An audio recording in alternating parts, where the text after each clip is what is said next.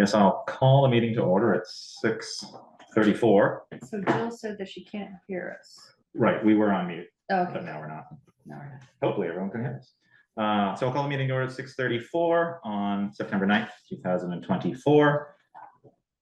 Any additions or removal or adjustment of agenda items?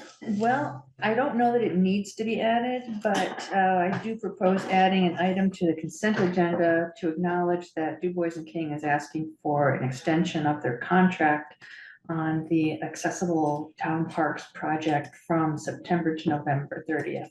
Okay. Which I think ordinarily I can just do that administratively, but because it's a contract and Sure. there's a little fuzzy line there, I will just throw it on. Okay, so let's add that as number 6. Yeah. Good, because I already did. You're way ahead. All right, let me just write that down so I don't forget. Contract amendment.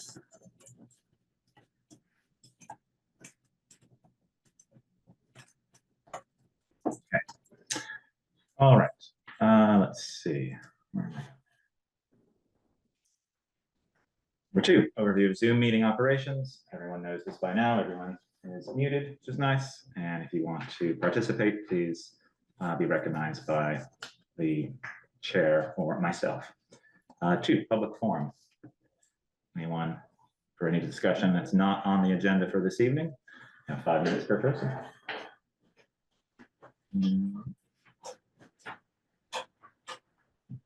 Doesn't look like it. Okay. Item 3, department head roundtable. Let's start with Eric, Department of Public Works. We're working on Pine Street right now, getting it shaped up. We should finish that tomorrow. They're gonna be coming in Wednesday to pave. Okay. This one in front page form today. Oh, thank you.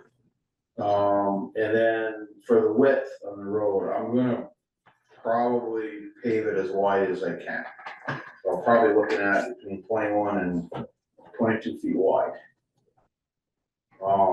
That's just for the simple provision that if it ever comes down to adding that white line for pedestrians and stuff, we'll have some type of a place to put it. Okay. So that was my thought on doing that, to get ahead of the schedule, Yeah. so to speak. Let's see what else, we've been drawing winter sand now for about a week. Let's see, Lincoln Road, I checked on them this morning. The drill rig is there for the drilling and pinning. I don't think they did much work on it today up there. How's it? There was in the report, or one of the, I think, valves, we talked about the light that was put in at Atkins, is that right? On Atkins Road, near the Lincoln Road end. So I knew about the one that was on Briggs Hill, that very first bit as you go up it. So what was the Atkins one? That was new to me. That was reported before, I told you guys about that 2 weeks or. Oh, okay, things ago. okay. It was to do with, because that section through there was narrow. Ah, okay, It wouldn't allow 2 traffic to meet, at least I didn't think it was safe. So, we ended up deciding to put up a set of traffic lights okay. to alleviate that, and then. Is that in our jurisdiction, or is that, okay, Lincoln's. okay. So, Have you previously reached out to Lincoln before we put it up, in terms of letting them know? well, you can get on that when you get up to that agenda. Okay, all right. Yeah, I couldn't remember that, but I figured it was something, okay. Yeah. So. What else is there? I think that's about it, not really too extensive right now. We didn't start the trimming on the sidewalks yet. Planning on hopefully starting that Thursday. Just with the paving and getting the road shaped up and then I got a grant work I gotta do tomorrow and possibly Wednesday, so. Just haven't had time. Okay, is trimming your crew or No, outside crew? I've got Greg Butler's coming in Okay. to do the trimming, and then I'm gonna go with him to pick up the stuff and throw it in the truck. Okay, So he knows how to prune the way it's supposed to be done, Yeah. and so hopefully we won't have that issue. Do you have a list of spots that you're hitting, or is it just like a Everything. visual? Everything. Yes. Okay, excellent. Anything else? Nope, I think that covers everything. Okay, thanks, Eric. Oh, one other thing. Yeah. There's. There's this, I'm thinking about doing, it's a frost weather station. It's its own weather station. I was thinking about putting one up in the upper notch.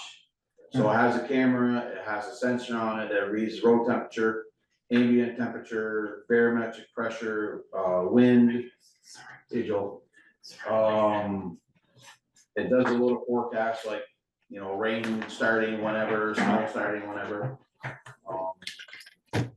So it's a lease on the unit. They send you the unit and then you put it up, and it's a lease per year on it. $3,000. Yeah. So what does it get us that we don't currently have? I'm hoping it will help me from going up checking roads all the time. Because sometimes you get no snow here, but up there, Lincoln's the same way, you know, they always get snow, and I get it up there, and this way here, I could look in the camera and see. It probably won't, I'll probably still run up and check, it's just me, but. We could just call Jimmy. Well, I thought about putting a ring camera up at Chris Cramps, and he said I could. And so that's another option. Okay, But it was one I wanted to try, and then if it did work, and it worked good, there was other places I would put other cameras. yeah, Is it one lease for the, It's one unit, it's 3,000 per unit, okay, per year. is a ring camera cheaper? Yeah, but it doesn't give you the road temperature Yeah. or anything, it just shows you. And the batteries run out pretty quickly. Right. Yeah, this one, if I did that scenario, Chris did say that I could hardwire it into the house. Okay, So, like I said, that is an option, we and him already talked about it. Yeah. He did give me permission to do it, if I in turn decided to do it. so with that, it's obviously a connection to a residence up there. For the other one you're talking about, the one that for 3,000, how does that work? Is that a cellular connection or?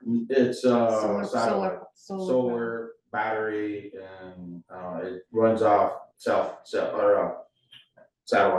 Oh, sound, okay, So you got an app on your phone from the company, got it, and you can check, it's got live view, you can check it, you can check all the data in real time. Okay.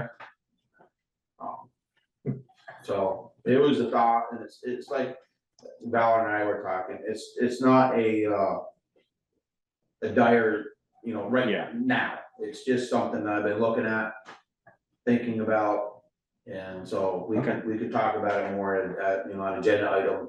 On a different meeting or something. yeah, sounds interesting. all right, anything else there? Sorry to be late, you guys. That's all right. Yeah, no, I'm Eric was good. the first one. so. Oh, Okay. Sharon, you wanna go next? Sure. This week, Wednesday and Thursday, I'll be at training in Montpelier.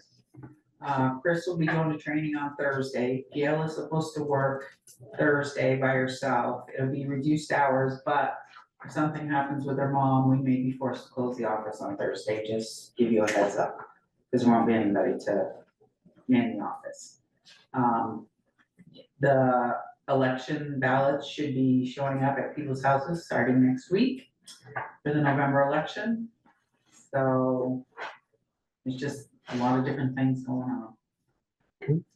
Val, are you working remotely on Thursday or? No, I'll be here, So there'll be two people in the building. Mhm. In Meredith. but the vault will be closed. Right, no, I understand. Okay, anything else? No, I think that's it for now. Okay, Meredith? Yeah, actually, so I'd like to introduce to you, Aiden Linehan. He is our new recreations program coordinator. I'm pretty excited about that.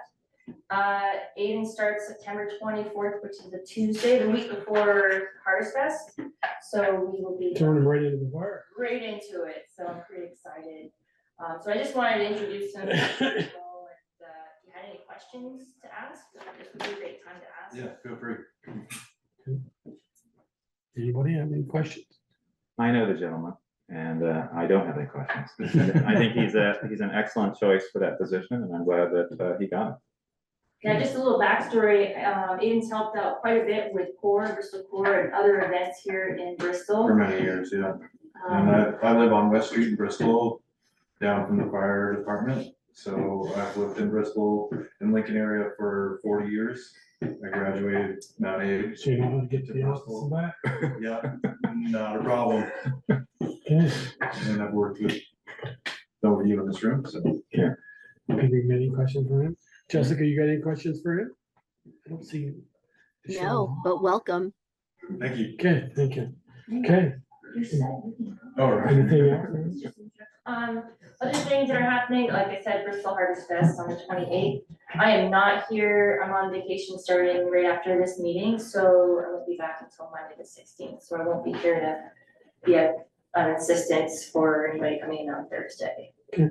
Other than that, Bristol Youth Sports started today, soccer program, over 100, almost 200 kids, so, yeah, pretty exciting, so. Good. Bruce, you see you're up on the screen? Anything for us? Yeah, good evening. So for the month of August, we had 309 calls for service.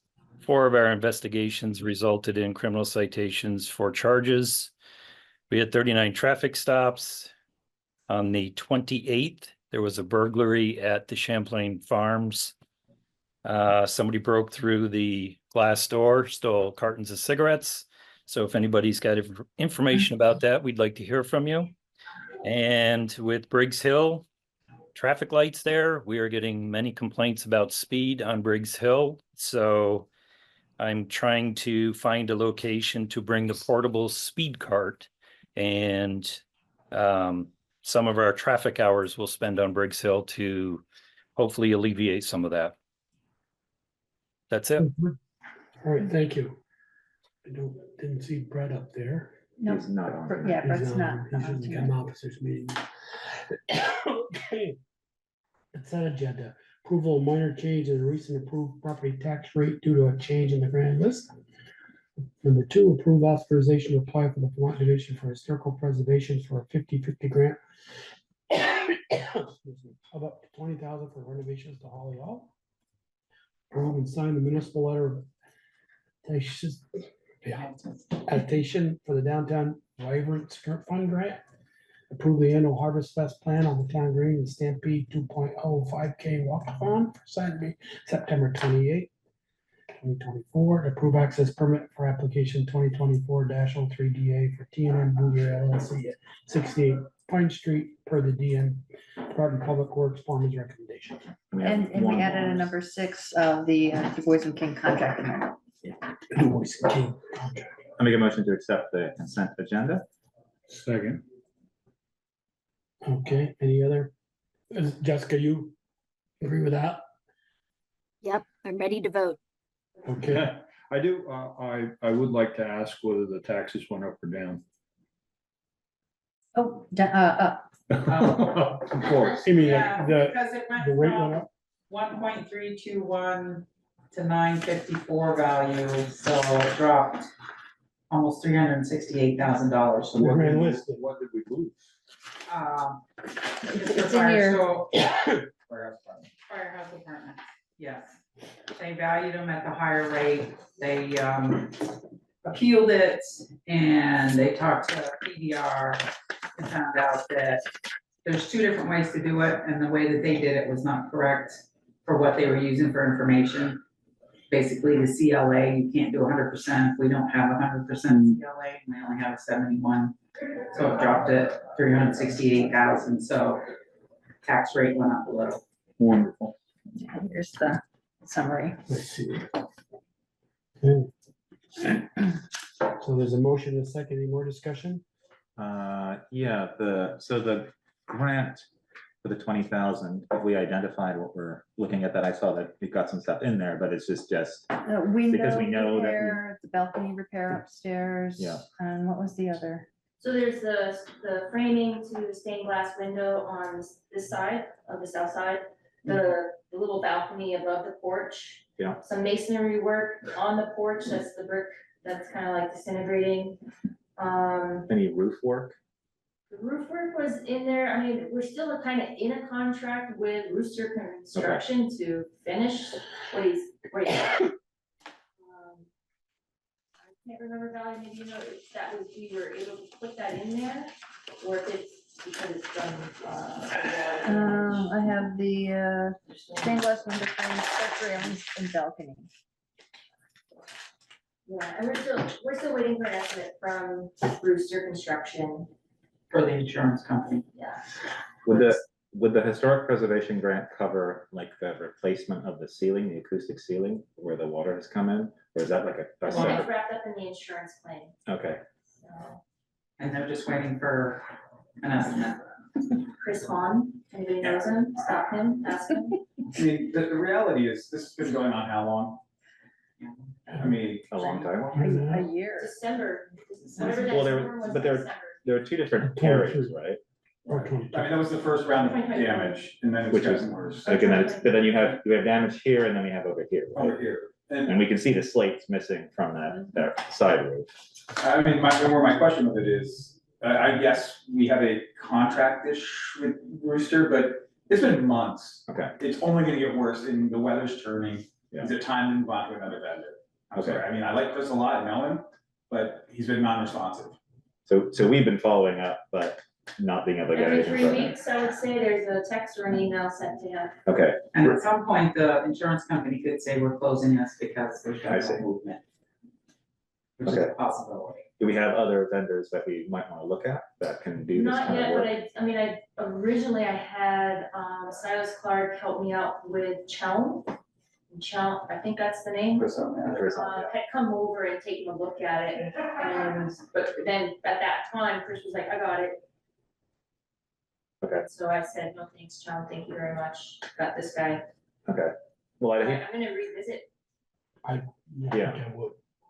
I think so too, because I mean, as you said, Sharon, if we lose the ability to actually run it through the insurance, then, The work's still not done, but it's still gotta be done. yeah. And then we gotta pay for it all.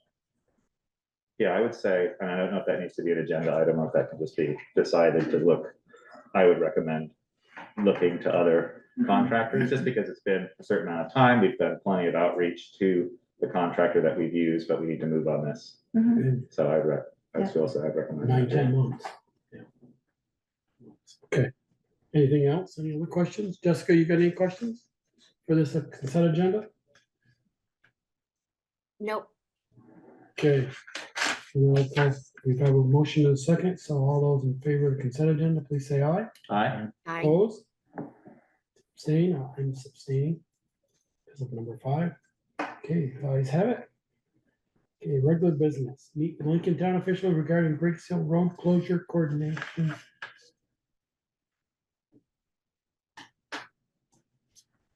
So Trish is here. Oh, I'm sorry. I'm Trish Waugh, I'm the town administrator for Lincoln. I've been there since July 22nd, and Amanda Allen, one of our select board members, is on Zoom. And we Hi, just nice to meet Hi, you. Miranda. Hi there. wanted to start the conversation.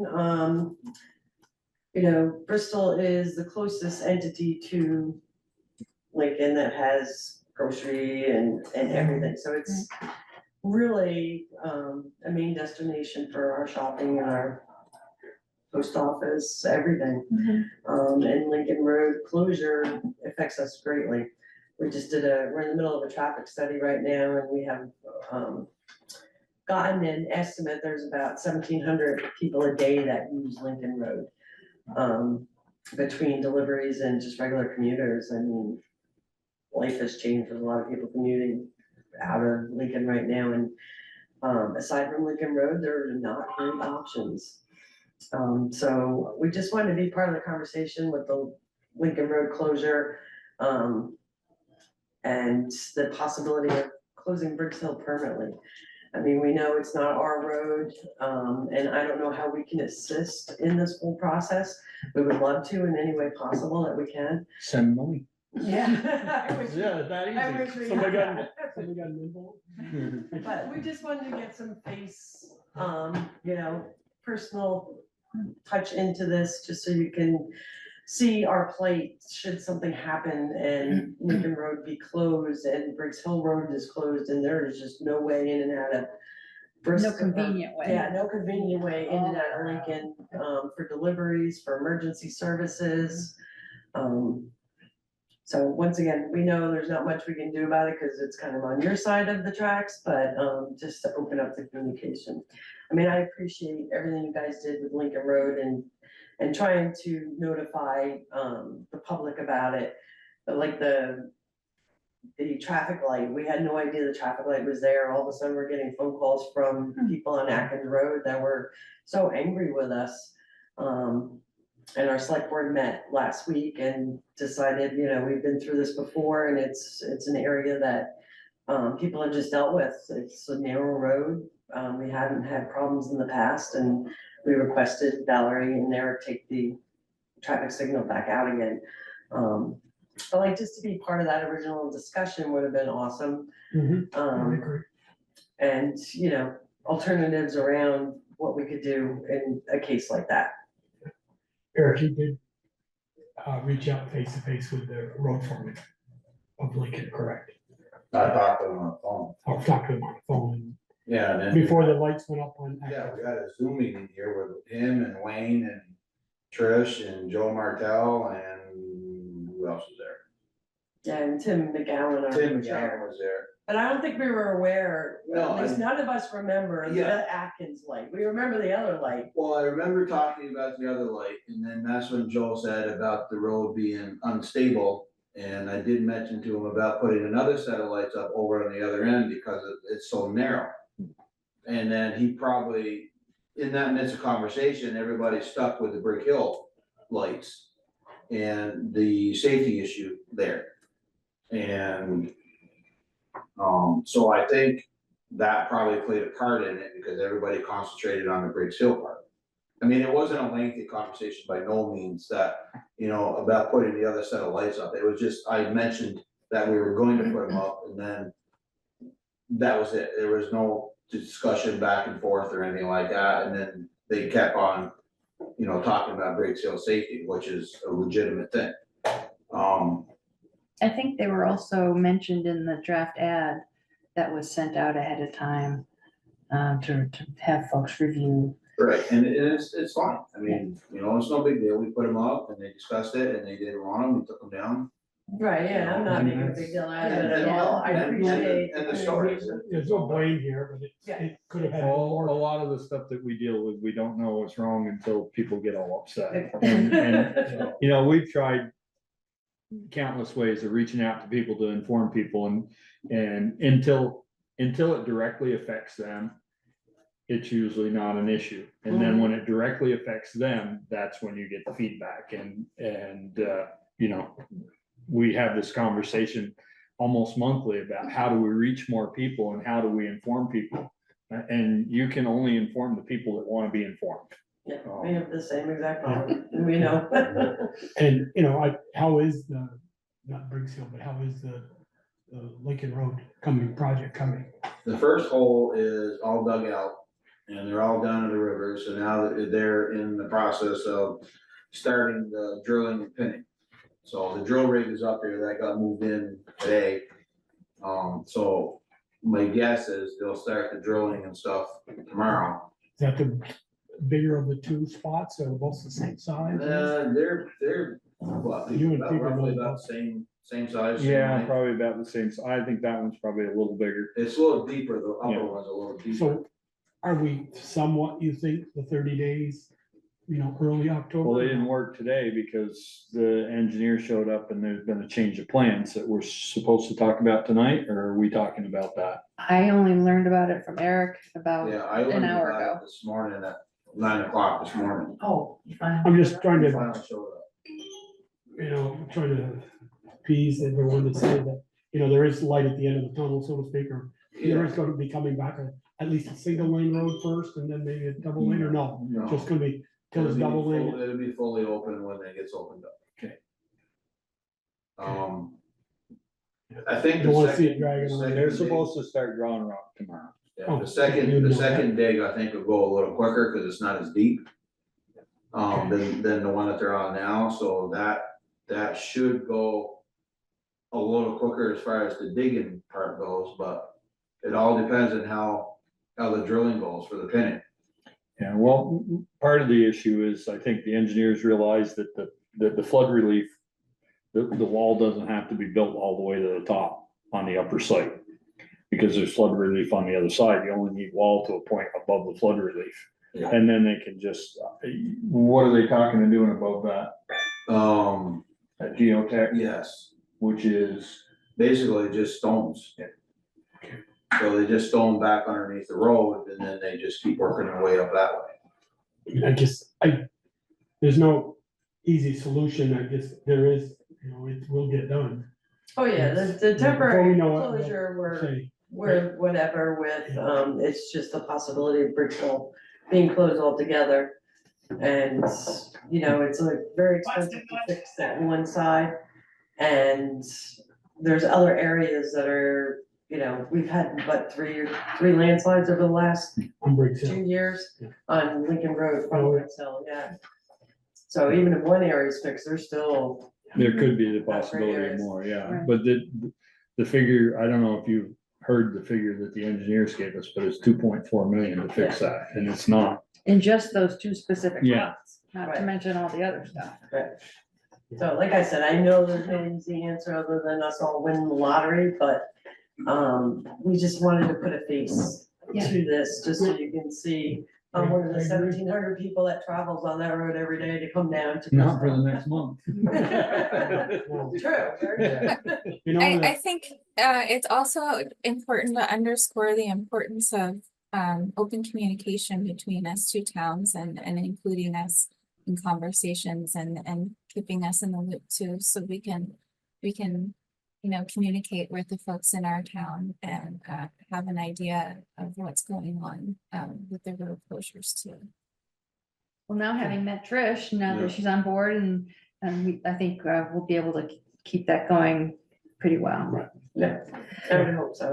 I would love for us to all be working whatever we need to work on in the future together. One suggestion I do have, I think folks are aware that I did have a conversation with a group of property owners across from Eagle Park about exploring the notion of an alternative access. If Briggs Hill does get closed, can we build another access between the Briggs Hill Atkins Road and Lincoln Road? That one didn't work out. But I don't know if there are other options on the Lincoln side.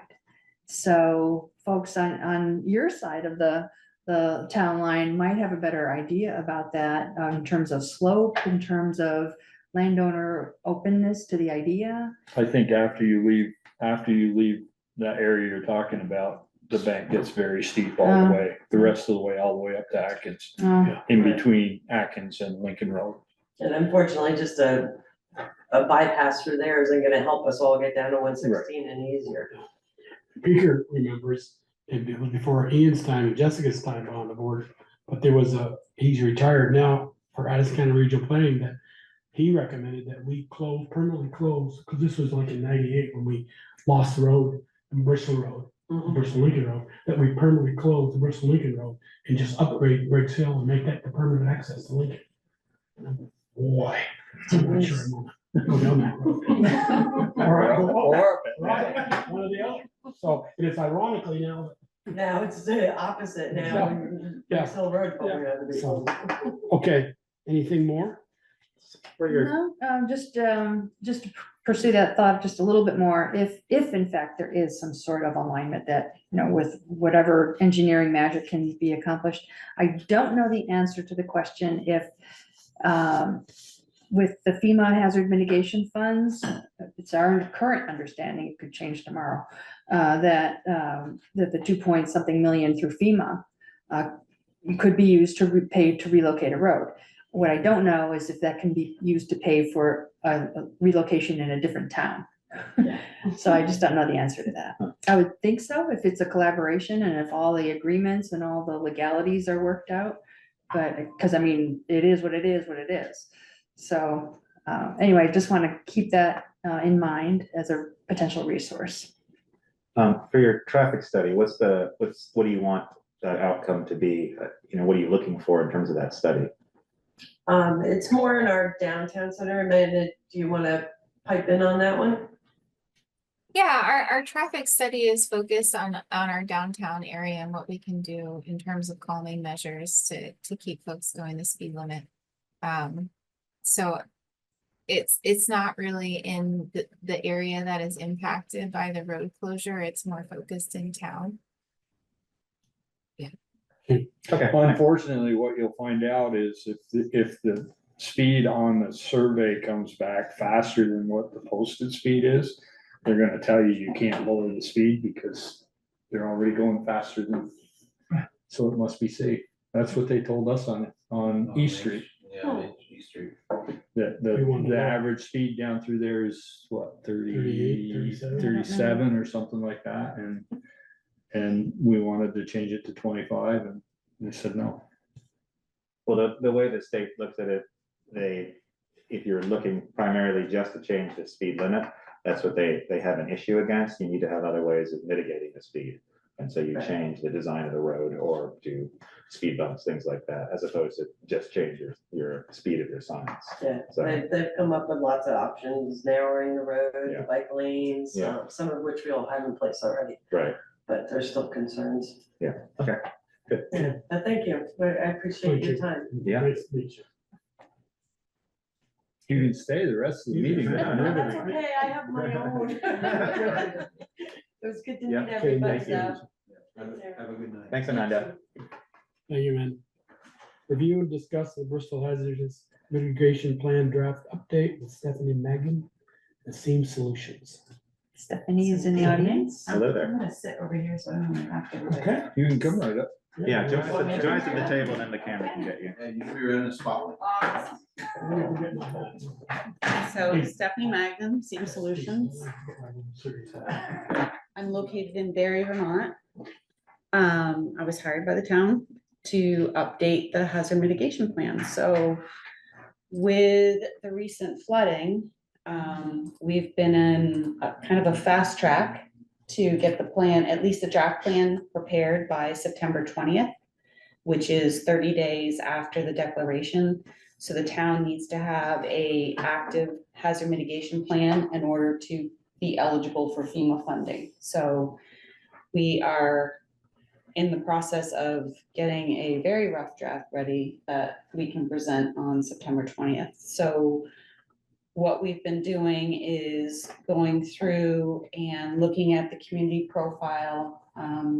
What capabilities does the town have? Where is there room for improvement? We look at all the hazards, and when I say hazards, they are the natural hazards that the state hazard mitigation plan has identified.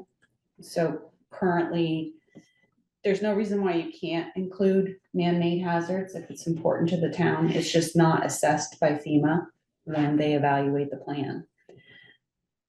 So we go through all of the hazards that the state hazard mitigation plan identifies, which includes fluvial erosion, inundation, flooding, cold, heat, drought, so on and so forth, tornadoes, Just wind. wind, and in that is tornadoes. So we prioritize those hazards and we take the top elements of those and then break down into what things the town wants to work on in the next 5 years, identifying actions that they can help to mitigate future damage to the town. And so we look at critical infrastructure and how that is affected by hazards. We have to document what plans we refer to when we're updating the plan to make sure that the various town plans, like the town plan, the zoning, and the hazard mitigation plan all kind of intermingle and work off of each other. Yeah, so these are some of the documents that were reviewed. And so all of those elements help you know, with each of the hazards, you have to look at, the probability, past history, what's the future probability, what are the, impacts, the vulnerabilities of each of the hazards, and, if you could scroll back up a little bit. Okay. So, working through this process, the committee identified invasive species, strong wind, extreme cold and snow, and floods. And the floods include flash flooding, inundation flooding, fluvial erosion. And I believe we actually split out the fluvial erosion and the flash flooding, because they're two separate incidents. One is along the river, the flash flooding is more along the roadways. And so we rank the hazards and then we prioritize them. And in this case, invasive species was one, strong wind, we just talked about that, the snow and flooding. And so then we look at the community capabilities and areas for improvement for those hazards. And then there's also data that describes some of the historical events and some of the metrics. And the extent of these events. We try to, so I believe the last plan was over 100 pages. I don't know. I think, so we're trying to condense it and make it a little bit more intuitive and basically to the point, so it's easier to read, easier to implement. And so that little box right there, vulnerability summary, is kind of summarizes everything on the past 15 pages into a nice, neat package, so it's easy to read, almost like an executive summary. And then from all this, we identify actions that are going to be accomplished in the next 5 years for each of the hazards. And also across 4 areas of plans, infrastructure, natural resources, and outreach.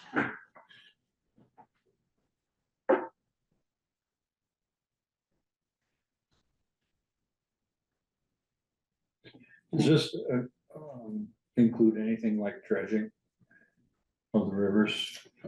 You know, like part of the problem with our fluvial floodplain down in South Bristol is the fact that there's so much gravel that's washed down from above that it's flattened it out, so the river's, 2-3 inches deep and 150 feet wide. And so the minute it rains, it's out of its banks because there's no riverbed. Right. And I'm just curious if it allows for anything like that to try to mitigate this, or if it's, yes.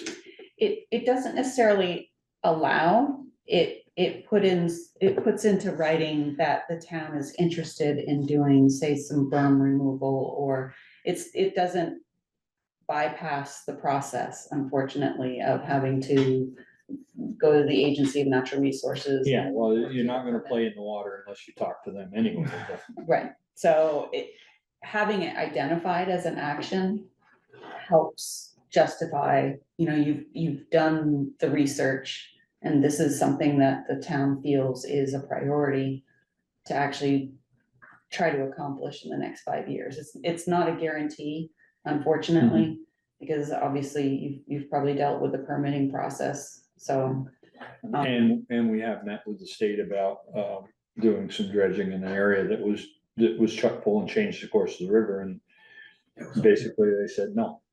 That was up here on Lewis Creek and Up by- Wilson Haven River, right? Yeah, The backside of Tooth Hollow, backside, yes. the old Tooth Hollow, yeah. And how long ago was that? 2 2 years? years 2 ago. years ago, okay. I mean, there's everything that came out of the Lincoln Road in 98 and 04 is setting right in that corner. And the river rerouted to the north, and it's taken the land from the people that live up above because it's all sand and it just keeps falling. And, we discussed one, mining it and crushing it to reuse it for our roads. But there again, there's invasive species, Japanese knotweed, and they said it has to go somewhere and not be touched. And then we talked about the possibility of maybe putting it up on where the river had gone and building that up, and they said no, because there's nothing there big enough to control the water that comes down through there. So I mean, it just, you have these ideas and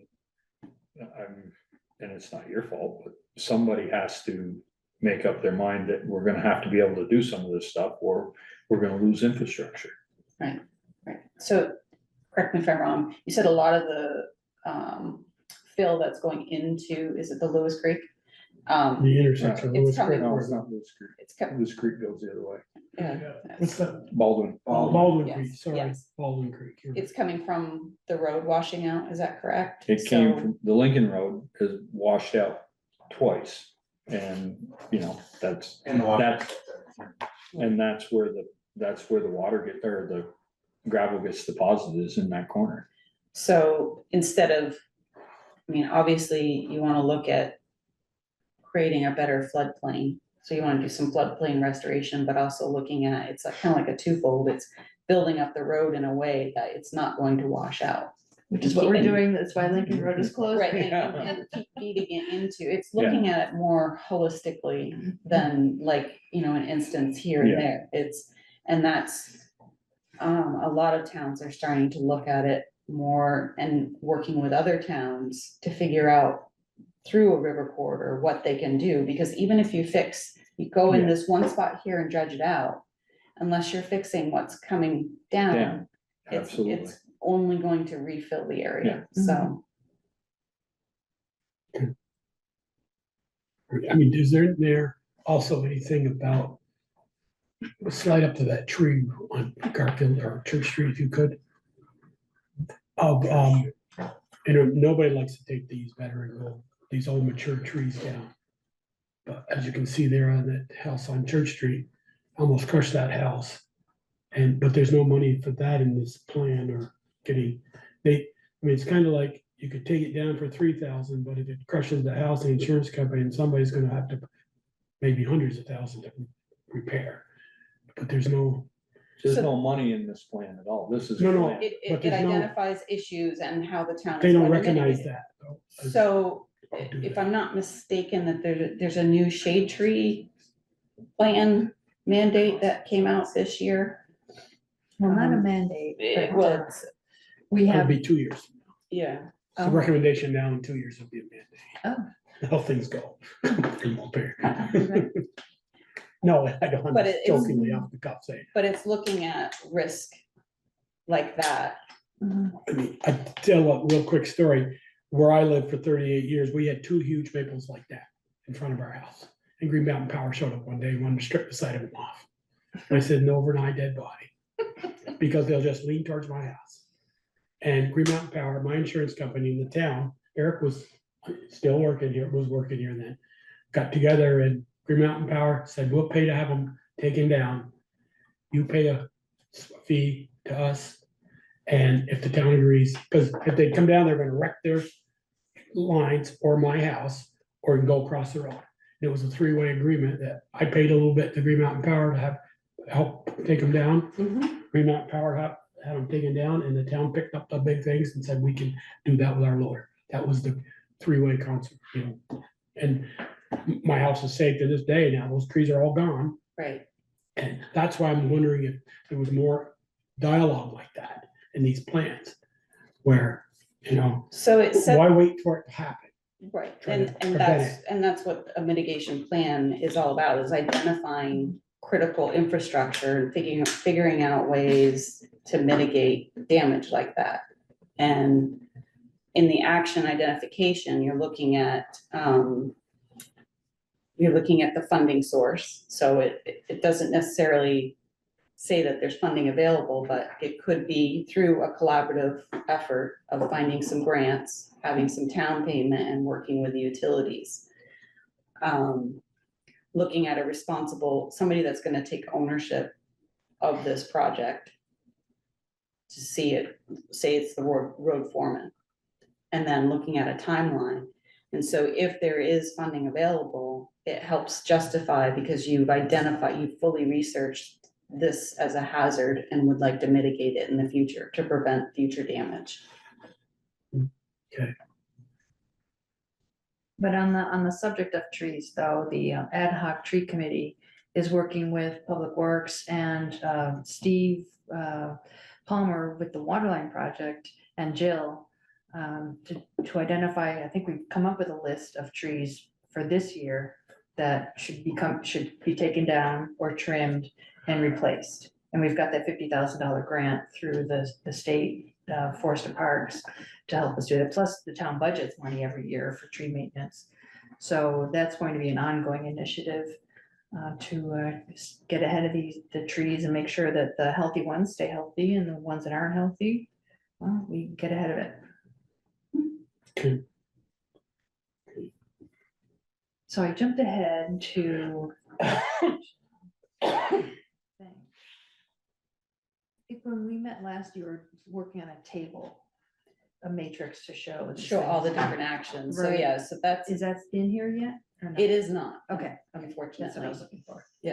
So. Okay. But so this then currently lists them just in a narrative form. Right, so one of the parts, and I think you're getting, yeah, I see where you're getting confused. I pulled some actions from the prior plan that weren't completed. So we reviewed the actions Yeah. from the prior plan, identified the ones that were completed. So this is kind of like, I'm not going to. So there was a report that just came out from Digger about the state hazard mitigation plan and not following through with the actions. So we're doing our due diligence and looking at the past actions and making sure that the ones that are relevant that weren't completed actually come forward To be completed. to be completed in this new plan. And assigning responsibility for doing it and seeing what resources are available. Right. To do it. Boy, Eric, you better hide. I know. Yeah. Or clone yourself. 2 Erics. I know. That's pretty scary in Yeah, itself. right there. That's scary in itself. You need a plan. Okay. What was in terms of the previous plan, what percentage of projects did we complete? That's a good question. I don't have that exact number. Okay. Just We could curious. definitely identify that Yeah. because we've gone through, And I feel like we've done a lot of work, but then of course. and a lot of it's ongoing it's just- too. Yeah, Um, and how extreme some of the storms can be, then obviously dictate what happens and what gets destroyed or what gets worn down quicker than we initially thought. What are you looking in terms of us? Obviously, we're gonna look through this and there's a lot of yellow highlighted. Are there specific areas that you'd like us to look at? It's obviously a long document. Probably, I would say probably the actions for the new plan. Kind of take a look at that blue table that looks at the hazards. Yeah. Making sure, and I haven't included in the community survey. So part of it is getting outreach, Yeah. getting input from residents Yeah. and from the select board. Making sure that this is in alignment with what you think is the goal of the town. Okay. Trying to find that too. Oh, there it is.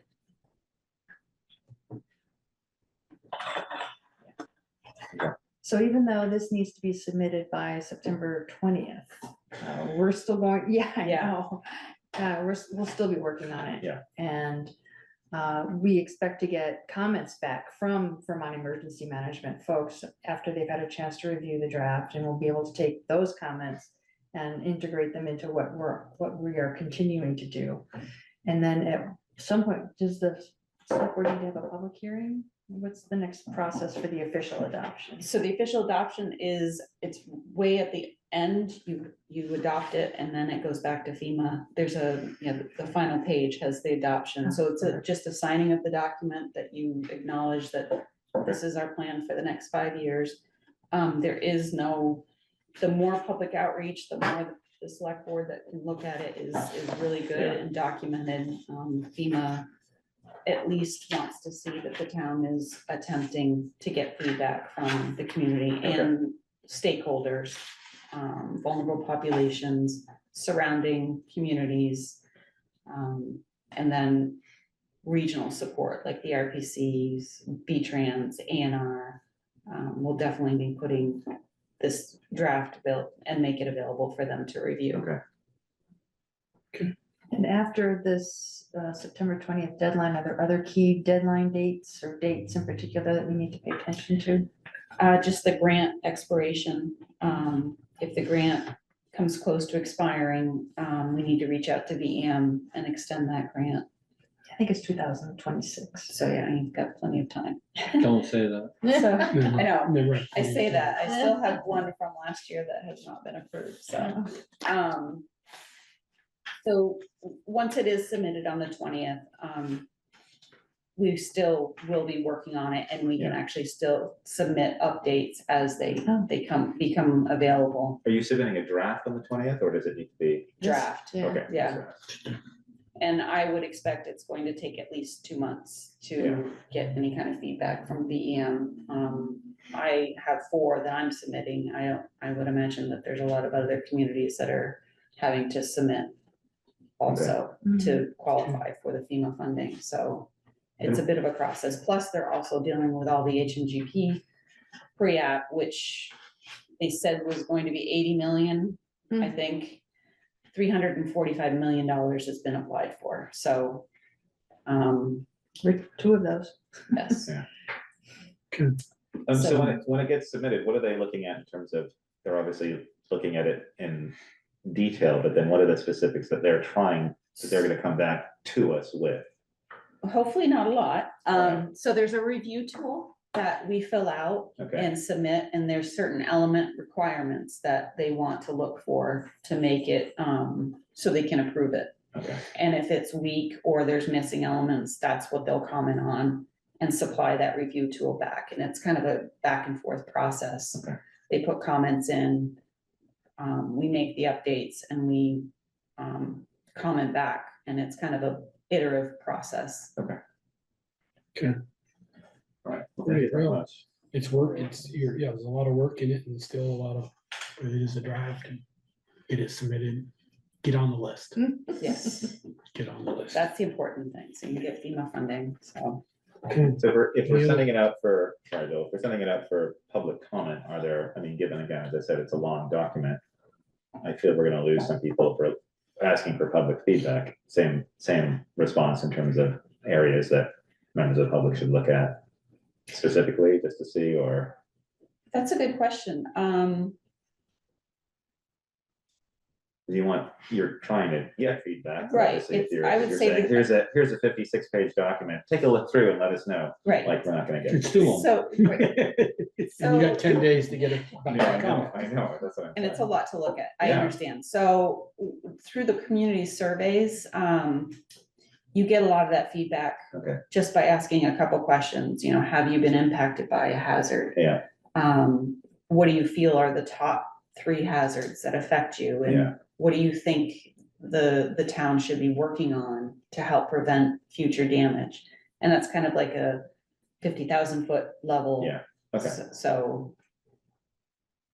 And quite honestly, yeah, there's not a lot of feedback from residents typically. I say that.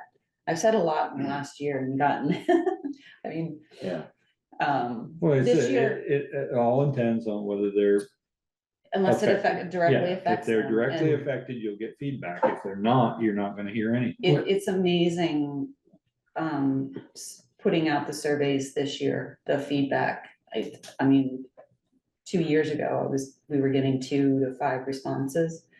We're getting 25 to 150 responses. But everybody got hit by the wind, and everybody got Right. hit by the water, and, so. It's fresh in there. It's Yeah. fresh in And their I think they're minds. starting to understand, unfortunately, what mitigation means. It's, how do you prevent this in the future? And unfortunately, the state's been hit a lot in the last year Yeah. between the 2 floods and wind events and snow events. So not snow events, but. Those are coming up. Yeah. I mean, We've been saving those. I mean, the thing that reminds me is I hate to go back to telling stories here, but it was in 98 when we had the big water from Mountain Street. My brother-in-law got hit. He lost his block wall That was foundation. 04. Or 04 when he lost his block foundation on his house on Mountain Street, just up above this grade school. His insurance company said, no, we don't cover that because it's a flooded damage. And he couldn't get any, he applied for state money and he couldn't get it. They said, you don't live near the river. So he would drain his savings to fix his house. And that, that I know that's still a bad taste in his mouth. Mhm. But that was Absolutely. the thing that, insurance company said, yeah, you didn't live by the river. So it was Yeah, flooded. 98 was the river, 04 was the water getting to the river. The rivers never really went out of their banks. It was, we got so much rain so quick, it was the water trying to get to the river that caused all the trouble. Yeah, you're right, Peter. It was 04. So, okay. Anything else more on the, No. or 7? Thank you for us? for coming all the Thank way you. over. I was in Beresford, just right on the corner. Right, so. right, but now you have to haul all the way back. How would you know? I'm gonna, Thank you, Yes. Stephanie. Yes, Thank you you. for having me. If Okay. you have any questions, feel free to reach Alright. out. Okay. So, thank you. Thank you. thank you. Safe travels. Thank you. Number 3, we'll put our water commissioner's hat on. Consider connection and application for the Thomas Plan Unit Development Subdivision off of North Street and Pine Street. The Thomases are here, along with our engineer, Jason Bird.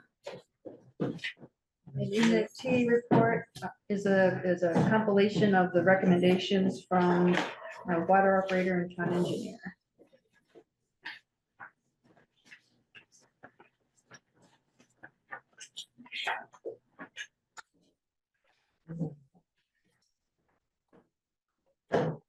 And well done, Jill and Steve, on the report. Wow, Very easy to follow and nice. makes perfect sense. I think most everything is in there. I did have. So I think this was the iteration we started with originally when we were capping by the road, using water meters in the green space between the sidewalk and the road out on North Street. Running 2-inch K copper to the water meter. There will be a curb stop in between, and then running either DR11 HDPE pipe or CTS water pipe out to where each of the dwellings will be, where there'll be individual shutoffs at each dwelling. I think probably the first one to start now is maybe the S2. The S1 is the overall. You can see there's basically 2. Before you go off that, there's 2 single-family homes on the west side of the development that are proposed. Those will be accessed from Pine Street. Okay, yeah. And then the other duplex units will be accessed off North Street. There'll be an existing drive that'll be widened. Obviously now we've gone through with the wastewater designs. The wastewater and water permit has been submitted. That's into the state engineer for review. Worked with Steve, getting some of the meter pit details and the stuff that we need and working with Jill and putting together the design of what we talked about before at one of the previous meetings. I think it was either June or July that we were in here last. And we did settle on with 2-inch diameter pipe, plenty of water pressure, plenty of flows. We've done the calculations out to each of the residents, really negligible friction loss, and the head change is negligible as well. It actually there's quite a drop off from Pine Street. It's pretty flat. So everything works in terms of the piping. Just had a couple quick questions for Jill and Steve that we talked about with Adam and Amber here tonight, and proposed, obviously, if we go right down through the list, most of this stuff is here.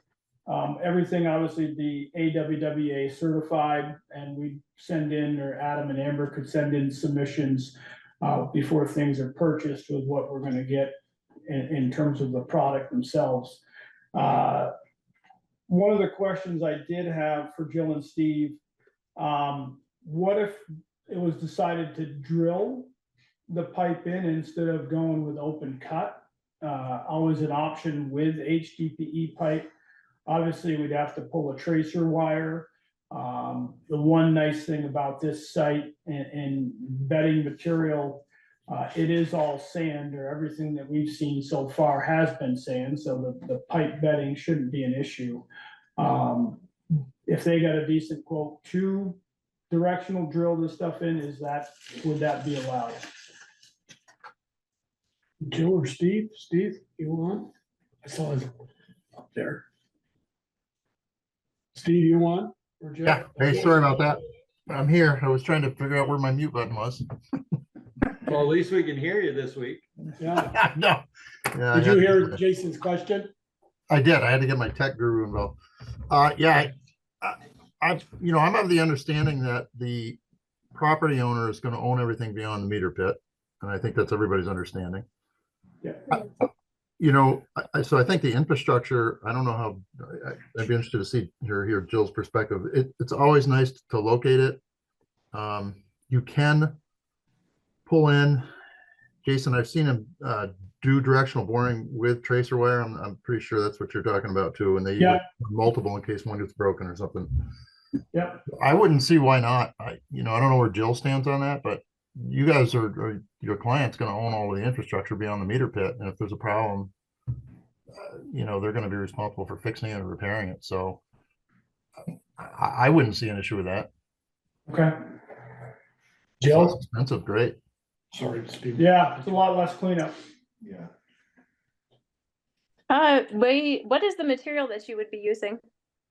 Probably the HDPE pipe. They'd pull that and they'd fuse the joints. Yeah, is it basically the same spec that's used for gas piping, where it's very thick wall? It is. Okay, Yep. yeah, I don't have a problem with that. My problem was with that thin walled HDPE where people use a plastic barb insert and a hose clamp. That's my problem. I'm not okay with that being in the water system, because it's always going to break and it's always going to leak. Yes. No, these would actually be the DR11, the thick walled pipes, and they would be the fused joints. Okay, yeah, that's fine. And I'm gonna further quantify and qualify the fact that the reason that that's great is because you guys have a meter pit. Yep. Are there still individual shutoffs and individual meters, or are we? Yep. Yeah, there's individual meters at the pits, and then there's actually curbs at each one of the 4 duplexes and each one of the single family residences. So, and also I kind of specified in the approval letter to make sure that there's an easement for access. I mean, I know the ordinance gives it, but also there should be appropriate legal documentation for that permanent easement to access those shutoffs and meter sets, etc. So the reason, just so you're aware, the reason for having individual shutoffs and individual meters is so when the day comes when you don't own it, if different people own it, then we still have the ability to shut one unit off. Possibly do that. Which is smart. Yeah. Smart way to do it. Yeah. Easy and just do it right. Yeah. Well, and I have to tell you, most shutoffs that happen in a water system are actually per request of the customer or their plumber. Very few shutoffs are for non-payment or any other issue. Most of them are actually to the benefit of the end user and the customer, because they're having plumbing done or there's some kind of crazy thing happening. And when there aren't individual shutoffs, more and more and more people have to be shut off, and it becomes a much bigger impact on the public and water loss. So just as a by the way, even though it sounds like this, oh my God, we're going to shut your water off, it's actually like 99% of those is actually to your benefit. I mean, it may go to Florida for the winter. No, I mean, seriously, yes. There's way more benefit than there's way more carrot than stick to it, believe it or not, in real practice. Okay. So I did have one other question for Jill and Steve. It says, construction details for the meter pits, as we have shown. Steve provided that to us, which we use. We'll need valves on either side of the census meter on the outside of the structure. So there's valves that are inside of the structure. And there's a curb stop on the inlet side of the structure. Do we also need another shut off on the outside of the structure. I just was reading that on yours. No, I guess I didn't realize Steve put the valves on the inside. So basically, meter pits can also be seen as like a drowning vault. So we tend to put valves on the outside so that you can shut the water off before you enter inside of the vault, so that you know that for sure water is not going to enter it while you're in there semi-trapped. Okay. So is there, So but there's no need to have one on the outlet side. I mean, I suppose it depends if it's uphill or downhill. Water travels in all directions that gravity lets it. Yeah, that's true. So I But hate if drowning. you have a So curb stop if you have one each side on the outside, then there's no need to have two valves on valves the on the inside. inside. Now, I was just, yeah, that's my question, because there were valves already Instead of proposed. putting 4 in, you're gonna put 2 in. yeah, you don't need to put 4, just 2, 1 on each side of the outside would be great. Okay. And I understand that on the inside, you can access them better in the winter time, but I just have to say it's that whole not drowning inside of the structure thing. Well, we would. I ain't going. Simple. I don't know. Valves don't always work. Well, that's what, I mean, it's, if they're curb stops on the outside of the structure, they will always work when they're on the inside of the structure, but we'll be happy to put them in. If you prefer to have them on the outside of the structure, we'd have a curb stop on either side. Okay. I'll talk to Steve offline about it and just see if there's more thought to having them on the inside. If you've got the curb on the outside, and I know I can shut the pressure of the water off, and you've got 2 valves on the inside, I suppose that's fine as well. I don't need a valve on the outside on the other side. Okay, I think that to me, that makes sense, and I think Steve may agree with that as well. Yeah. Yeah, sorry, that detail was just draft. It's still a work in progress, so. Oh, I'm fine with that. That sounds fine to me. We don't need a 4th curb on the outside on the other side. I think Right. if you had like a gigantic hill on the other side, but it's probably flat or slightly downhill. Also wanted to mention there's another little development. There's another little development across from you guys, and I wasn't sure if there was any kind of coordination that you guys might want to have about doing your taps or paving cutting or anything of that sort, because they have two taps to do on North Street, just like a couple 100 feet from you, and you have yours. So Okay. just mentioning it that there's other stuff going on, and it's not mine to coordinate, but I just thought I'd put it out there. Who's the landowner, Joe? I don't remember everybody's name. I get landowners calling me, contractors calling me. East side of North Street, right across from. Oh, okay, yep. Yeah, you'll stand right now, so. Yeah. You'll right. Okay. That development. So that's Peter? 3 or 4. Yeah. Peter's building there now. There's Okay. gonna be a couple more in that field. One more in that field. Okay. So. You're gonna cut the road, but maybe that's the time. Okay, any more, Jill or Steve or for us, Jason? We're looking at next spring. I mean, we still have to go conditional use, stormwater Act 250, so this is Your ways. not It's a on long, the long immediate horizon, but we're. So you're not gonna tap at the same time?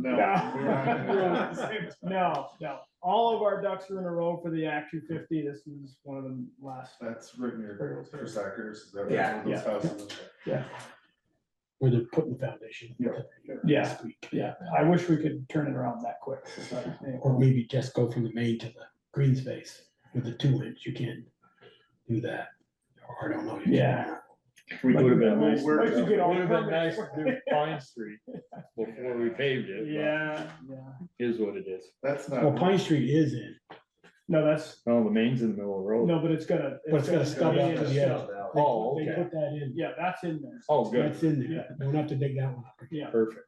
That's why I was wondering if you could do the same thing when they got North Street opened up. Put a stub out, and then you only gotta open it up once. So just do the tap. I mean, I guess that's up to you. Assuming we get No, I- approval tonight, if they're, I mean, I'd just rather do that than. curious, that's all. And Yeah. dig it back up again. yeah, That wouldn't make any sense. I mean, I think that'd be fine. I'd like to get the state water and wastewater permit first before we If tap. we run to that road where the water line is, Jill can let me know, but I think for Peter's water, when he taps on, I think that water line's on the other side of the road. Yeah. So that road is gonna have to be shut down completely in order to be able to do that. Yeah, I mean, cause it's on ours, it's on It's on the Adam west and side, Amber's yeah. side with this one, so that works out. That's where all the blue lines are right now. Yeah.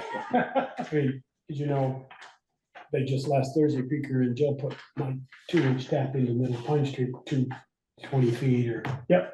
29 feet. 29 feet off. Yep. I would say once the. So we wouldn't have to dig it up. Yep. Because Kevin says you don't have your permit from the state yet. Yep. You can, and the board gave you permission just to do that, so we don't have to dig the road up right after we pave it. I'm expecting the You state wanna be permit to be Scott issued in the next dig up couple right weeks. after we pave. Okay, that's up to you. No, I would like to be. You know which company they're using?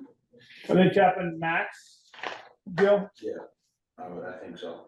Yeah, they're Okay. using, Bruce Manning is doing their digging.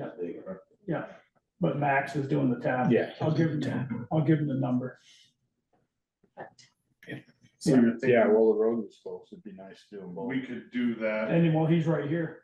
When is that gonna be? Any idea?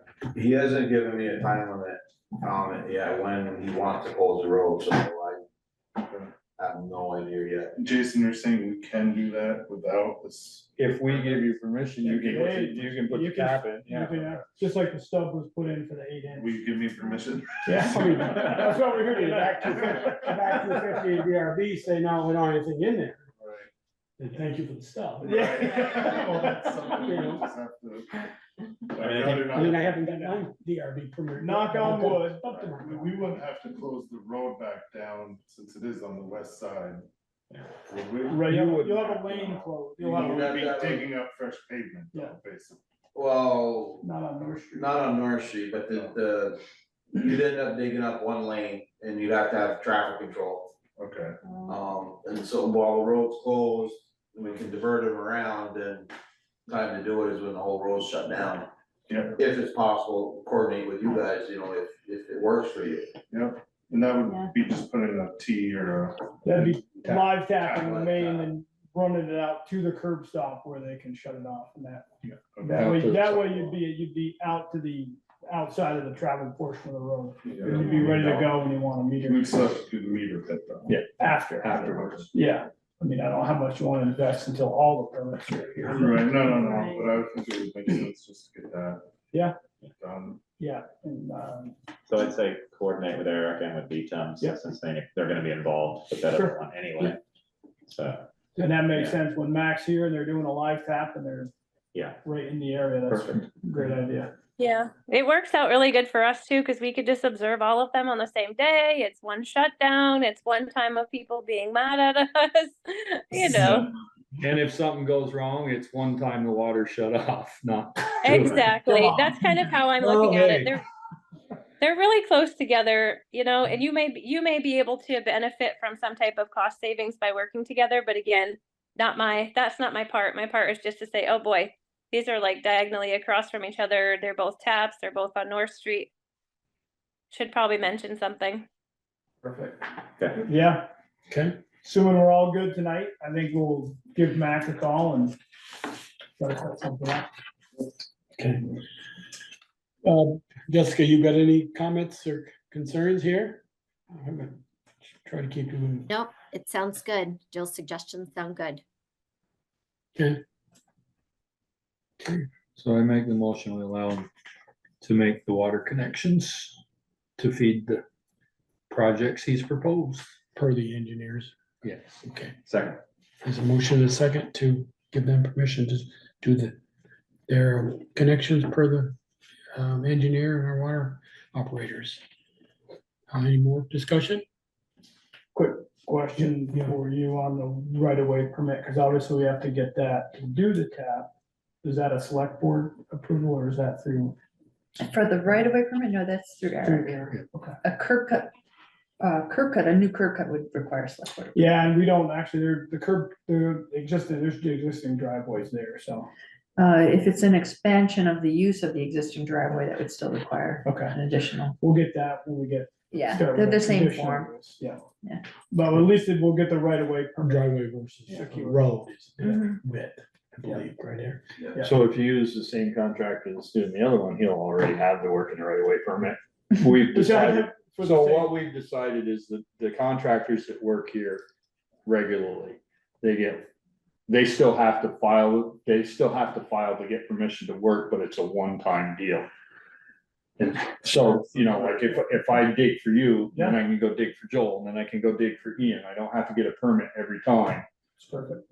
That's for the, you know, for the contract. So if you get somebody who doesn't work here regularly, you're gonna get hit with the full charge of the permit, Sometimes- I would assume. The benefit of the permit application is because each location might have different characteristics that. But they still have to meet with Eric regardless. And get, you know, there You might pay be the certain $100 conditions, For each. like Not every time. trimming or culverts or something like that. Have to pay for it when they don't pick her, if they're the ones applying for the work in the right of way permit. Even though the contractor like you is gonna be doing the work. So you're gonna make two people pay for it? No, that's what I'm asking. That's what I'm Who's asking. get- who Up get- there, it's $100, they split it, because of one contractor digging across the whole road. Well, he's not gonna dig across the whole road. It'll be two different spots. Yeah, on. They're not. Oh, they're not gonna be, No. no, But the road will be closed, is just. Yeah, this will be the time to do well, I it. was thinking they're gonna be a foot apart, one going No, east, one no, going they're west. probably gonna be 100 feet apart. So we may or may not be able to piggyback on that right away permit. Right. We're gonna talk to Eric. I'm talking to her. Okay, perfect. Yeah. Okay. Anything else? We got a motion and a second? Yeah. Any more questions? Okay, all those in favor, please say aye. All right. Opposed? Aye. Thank you, Justin, Jessica. Abstain? Okay. Go ahead. Great. Great. Thank you. Yes, we're ready. Have the right of way. Yeah. Thank you, guys. Thank you. It took us a while to get it figured Yeah, out, right. but you know, we've been dealing with 3 projects like this, and every one is unique in its own way, so it's been a learning curve for us, but I think we've come up with a set of rules that are gonna make life easier in the future. Thanks to you and the others. Yeah. Yeah. Thank Yeah, take care. Jason, don't steal my hat. We're gonna get rid of that. Water Commissioner, continual consideration of adopting an updated water rate structure and other amendments to the Bristol Water Use Ordinance Appendix B, scheduled rates and charges. Okay, bye, Eric. Thank you very much. Eric, I have a question. I was gonna bring any concerns.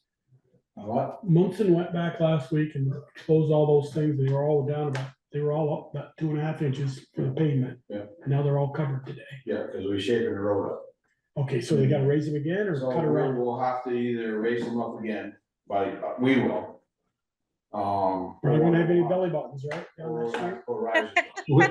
We had a meeting on Thursday, and we decided that we're gonna put a fake cap in front of whatever number Pine Street is and leave it about 1.5 inches low, so that every time a car goes by, it goes boom, boom.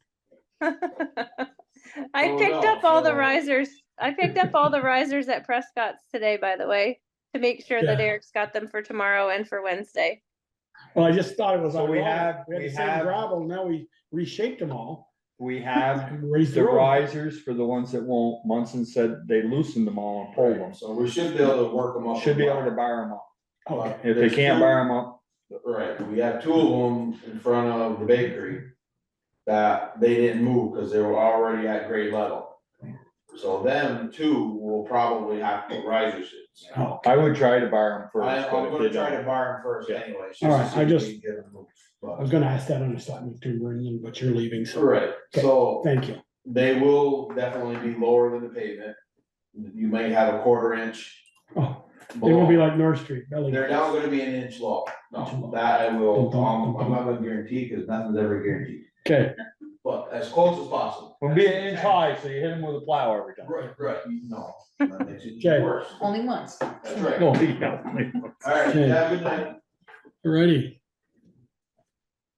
Okay, Chris and I know Sharon have been working on this. And you guys want All right, come on up. Come on up. I have some questions. Good.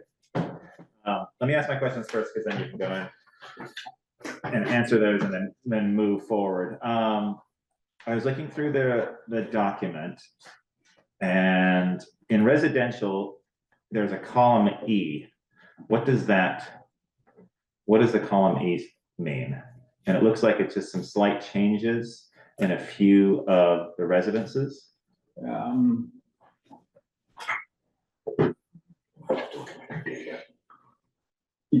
Don't move so much.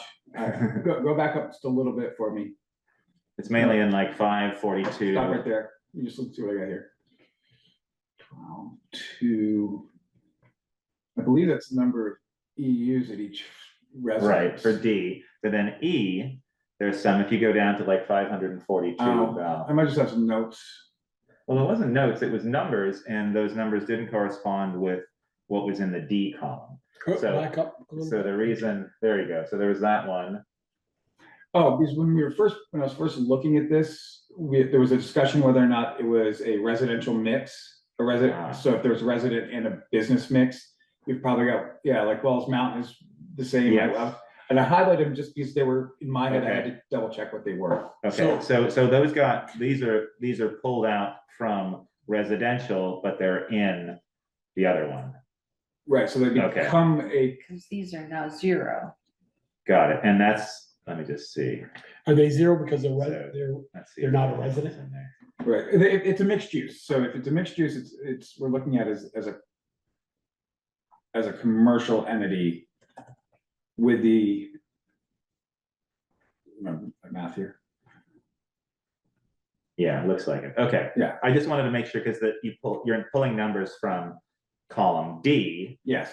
Even though these numbers are in here, I wanted to make sure, but it looks like if I do a search for those and I look in non-residential, those are covered in that. Okay, that's great. Yeah, I just wanted to I make was sure. like, because at first I had them as Right. 2 very separate, and Yes. and it was like almost double whacking some of the Okay. owners. Can we go back to that? Probably have a couple of questions without mentioning any names. I saw one it's a business on South Street with an apartment above it. And that has 1 down, and then there's a business on Main Street which is a financial office. And that has 1, but only that doesn't have an apartment above it. Should the business on South Street have a 2? 1 for the business and 1 The for the South Street one apartment? doesn't have an apartment. George Vince George Vince has an apartment above it. right, but it's I switched that to a business, I believe. You have it as a business, but you have a 1 on it. And see, Oxgen LLC, Main Street 20. Yeah, 9 South Street's just an apartment. While I'm looking at number 5, what is it, 560? It's got a 1 on it, right there. Yeah, And then that's their financial office. Right, and then go up a little bit higher, find South Street. I don't want to mention any names, but I guess George Vince, right there. And that one has the office downstairs and a All right, so it's a 1 as well. 141, no, and an apartment above. Henderson? No, up above George Vince. 7 South Street Up high. doesn't have a business in it. 8 South Street. Where's each? Right, she's on it, next one up. That's 5. Next one up, That's 5. right there. That's 5. Vince is, yes, it's no longer a residential, it's a commercial. That's what the. Right, but it has the office downstairs and an apartment above. Right, it's a mixed use. It's So no, why is it don't have a 2? I'm just asking why isn't it a 2 versus a 1? because we're already, That's what I'm just asking. in my mind, we're already charging double on the commercial rate versus the residential rate. So that was my rationale behind it. It's twice as much for. I get that, but I'm just putting my umpire's hat on and being fair and balanced here. I mean, fair and balanced, if we want to go that way, we reduce the commercial rate to the exact same But rate as the residential rate. Bristol but- Financial, I'll have to say the name, Yeah, Bristol that's Financial fine. doesn't have an apartment above them and they're still a 1. Yeah, they do, don't they? I don't believe so. Maybe they do. But they have 2 businesses in it though, right, because isn't there an accounting above it and there, I guess so, yeah. so. Okay, I'm just, Yeah, that's, I mean, we looked at it, the business ones are all handled by their usage. So George's would have been handled by his total usage with or without the residential unit in it. So we lumped those, I pulled those out, these the average household calculation is about 35,000 gallon-ish, give or take, and commercial is 76,000 gallons per unit. So it's already twice the number of units as well for a commercial entity. I'm just trying to, I see what you're saying, but I mean, I see I see 9 Main Street there, 3 apartments, it's got a 3. I see 11 Main Street, 2 apartments, it's got a 2. That's what they would have been. That's what I pulled out. So those numbers used to be in the left hand, in the D column. Mhm. So that's what those 80 were removed from resident, or 30, what was the number at the bottom? I think it was 30. We removed 30 residential. Right, I get where you're units out of saying. the total mix. Yeah. But if it's got 2 apartments, it's got a 2, if it's got 3, it's got a 3, and I agree with that. But then I see an office and apartment above it, it's still got a 1. Why doesn't it have a 2? It's 2 uses. I realize an office space doesn't use much. Because this was just residential count. This had nothing to do with number of, like the storefront. You look at 9 Main Street, which is the, See, the one she got highlighted now is an office space down below with an Yeah. apartment above it. It's got a 1. But if it's 3 apartments, it's got a 3. If it's got 2 apartments. that's it's what got it a 2. would have been so originally the way I had this counted was George Vince's, we'll use George as an example. He would have been hit as a business user for that. And then how do you extrapolate out, since it's 1 meter, the water usage for the business versus they all have 1 meter. Okay. And that was the the big- apartments have, those ones with 2 apartments or 3 each have 3 meters or 1 meter? 1 meter. They all have 1. So what would happen here is the logical way to do this is you would subtract out what their residential usage, what their commercial usage would have been. So like George Vince, we'd say he uses 76,000 gallons a year. If we pull it up on the spreadsheet, there's another one out there that shows he doesn't use 76,000 gallons a year. Right. Okay, now you're making sense with that. Yeah. So it was more with the usage. Because 2 apartments will use more than an office in an apartment. I get that. Yeah. Because there's no shower, no, just a place to go to the bathroom in an Right. office. Maybe a sink to wash the dishes and a little commode. Yeah. Okay. We're already, so those were, the only one on this table that I had, the green one right there was the creamy stand. I don't know how to deal with that one because they're only open twice a year. Or 1 billing cycle a year. They're an oddity. I just. That's okay. For the residential, that column D, are those the new calculations of the BUs? No, so those were removed as billing units 100%. Those were all converted to 100% commercial calculation. No, just not E, D. Oh, D is EUs, yes. So whatever's in D was a calculated EU. I went through. Okay, so those are our new numbers, not based on what we currently do. Okay. This was going through NEMRIC painfully and looking at. Yeah. Okay. Yeah, see the You went 9, through the details of the spreadsheet that you sent me Yeah. and calculated all those. Okay. 9, 3, 7. Okay, so we have that. Yeah, those are just my questions. I just want to make sure that the numbers that we were dealing with were your new calculations. So then we've got the Absolutely. residential, we got the non-residential. Now, okay, let's go to the next one up. It says 9 there. There's 9 apartments. But then you have the bar and the hair salon. So you don't account for those? Or that's the O'Moni's bar. Yeah, no. I may have missed that one. Look at more, in all honesty, it's 9 apartment. We can roll it back. Should be 10 or 1. No, if anything, that would become a 0 and It'd be over the other side, is that? It would be over in the, And be colored. my back in May. Which one are you looking at, The Joe? one she's on right now. 557. Okay. And then if we go to the That's a non-residential list, Valerie, for a sec. Because, We may be hitting him twice, unfortunately. and those 3 underneath that. Scroll down a should little have bit been for me. in the business section. It's 4.75. Yeah, so that unfortunately, that is a good catch. There are some errors in the data, I'm not gonna lie. I did my No, best. you got a lot of them there, I understand that, it popped up there. And then, can you go back to the other slide, sorry, Valerie. That one, see the three underneath it? Besides Hendy, there's two more. Yeah, They all got apartments. Should they slide over to the other? no, because those are just apartments. There's nothing else in those buildings. ASMG Properties LLC, that's the old, those are Adam LaBelle's properties, Right, and those are all just apartments now, I believe. okay. So wait, let's go back to if there was a mistake, I want to make sure we get that. You were saying the Hendy Properties is 9, which is what we have in residential, and then in non-residential, we have 4.75. It should just be the 4.75. He said, this calculation for the 4.75 is their total usage for that entire building. So those 9 need to be removed out of the residential column and moved over one. Okay. So. Right, because we've got, look at the amount that's for annual usage. Okay. Yeah, and you can change that now if you want. I mean, it's not gonna hurt anything. So. Is it a single meter then? Yep. And then your ERU, the 4.75. I should be at 9 there, shouldn't it, Valerie? No, it doesn't matter. I mean, yeah, it could. I mean, if you just change that column right onto a 9. Yeah, there we go. That'd be perfect. So the 4.75 for this particular example, where does the 4.75 come from? If you go back to the non-res calculation, you'll see their total annual usage, which is 361,000 gallons. You divide that by 76,750. Oh, right. So that the state's calculation. Got it. And that creates that number. Okay. And then I rounded it up to the nearest quarter point. But that's not the same when you're calculating residential though, is it? So a residential user is a dwelling unit. Yes, that's right. So we tried to separate the two. Yeah, okay. I used the state's model on that.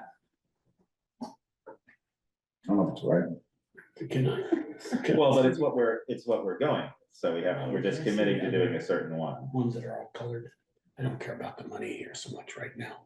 Our last 4 bills. So yeah, we do need to double check this, because right now we're 852, so we've changed, which then changes all the calculations on the summary page by a little bit, because our residential has changed. Valerie, can you go back to what we had? I want the colored in slide up. I want to see a few more apartments.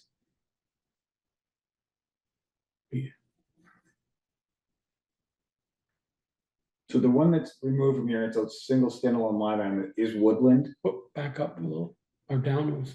Right. So here's what Hold I on would right there. want. Yeah. Is, okay, no, I'm looking for Pleasant Street, Cruisino. Yeah. Just gonna do one. Just look at one I know, it's just 4-unit apartment. it's gonna be higher up. West Pleasant's further up on the list, I believe. Pleasant Street. Right there, stop.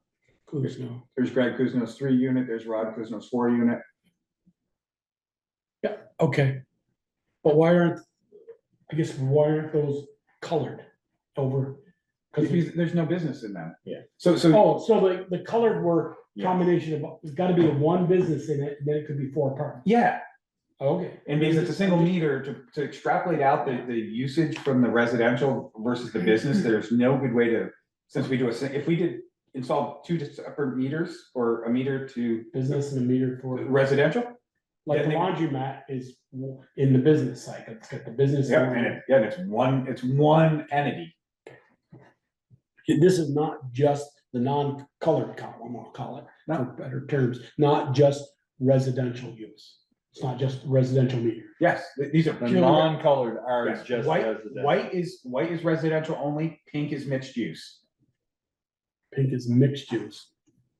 I would dare to say that if it's, when I say residence, I'm thinking a home like myself or Ian's place. No, not an apartment house. not an apartment, you treat an apartment house, like I said last week. Like all of them? Yeah. Like a Okay. home. Like a home. Yeah. Okay. Because if you live in that apartment, it is But your they home. get charged a 4 instead of a 1. Correct. Yeah, okay. Yeah, so every one of those units, every living unit in that, or apartment, for lack of better terms, apartment unit in it is a building unit. Okay. So like Woodland is a 45, or would be when it comes around to normalizing their rates, but they have 45 apartments down there. Right. Okay. But, so given that, something like Hendy adds a little bit of confusion because there are 12 apartments? Nine apartments in there. Plus the So bar. how, is there a way to then split that out? How do you, I know that you're catching it in terms of the non-residential side, but as Joel has sort of alluded to, and also you talked about, is the equity of that. They're getting a higher rate, even though technically it's residential for a part of that. I mean, the hard part is trying to come up with an exception for the one-offs Right. is, I don't feel comfortable doing that for policy, but the way to fix this is for you all to install separate water meters in the Right. problematic locations. That's the. But they honest don't way. have separate piping, so. I know, I'm just saying, that's really would be to have to Right, have separate because meters. when you it's don't- 1 meter for that entire building, which includes the salon, the bar, and 9 apartments. Okay. So we Right. do we charge them 2 businesses and 9 apartments? Is that how we do the No, base? no, it's just total usage for that, because we treat the entire building like a business. Okay, so they're not paying, They're not paying twice. they're not paying 9 times. No. The error I had, they were, but we fixed Okay. it. That was where I was Yeah, we getting, should- I we was should getting a go- little concerned, was yeah. if they were paying 9 times the double rate, that would be an issue, but if they're just paying the rate for 1 meter as a business. Yep. And then their usage, that's, And in this case too, if they have 9 apartments, you said, Mhm. and the rate is doubled, if you look at the 4.75 times the doubled rate, you're kind of capturing the 9 units in a Yeah. way. I mean, it sort of washes out, Yeah. so. So sorry to keep. No, this is good. Oh, I'd rather have- So for Woodland, Mhm. that's Tom Sawyer Development, looking at residential. And They were extracted out on purpose. There is 0 all across the board because we have, but if you go back to the summary page, their numbers are called out very specifically right before your total in pink on the right, that 11, Ah, yes, okay. So- So they have a special deal because it was. part of the water line negotiated- project. Yeah, okay. So So when that finishes, that goes back down to where you see Woodland before discount, that 45 is what Woodland's numbers will become. got it, okay, Because I saw this question coming. yeah, right, because it's 42, it's 45. Mhm. But then essentially they'll go back in to column D when that contract Absolutely. finishes. Okay, and then it looks like there's future units, lots 2 and 3. Yeah, but again, I don't know. Future, yeah, okay. so Yeah, we are gonna get more from them when the rates go up though. correct. I don't know what the contract is, and I have no idea what the agreement. Maybe we gave them a flat rate for, We gave them a flat rate for 5 years 10 or years. 10 years. And it's not a flat rate, it's a yearly average amount. And depending on how big their bill is, will determine what their break is that I have to back out. You know when that expires? We have like 7 years left, Yeah, it 5 was years. 2 years ago, we did that one line. No, More more than that.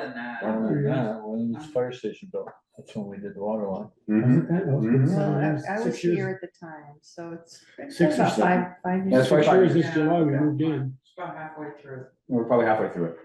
And then Yeah, after 6 the years 5 ago. years, I guess It goes depending, back to the regular rate. okay, whatever that which is. will be hopefully this system. Yeah. Okay.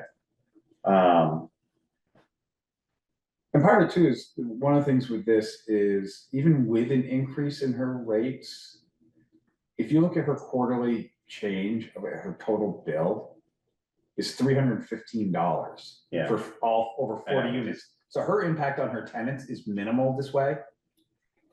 Yeah. $30. Yeah, I mean, so and it's sort of, it falls right in line with the average homeowner who's gonna see a $3 to $7 increase. It's Wait, not- so why is that then? Why is that such a small, even if it's, Because if you think of the number of units, it's really, number of units is number of units.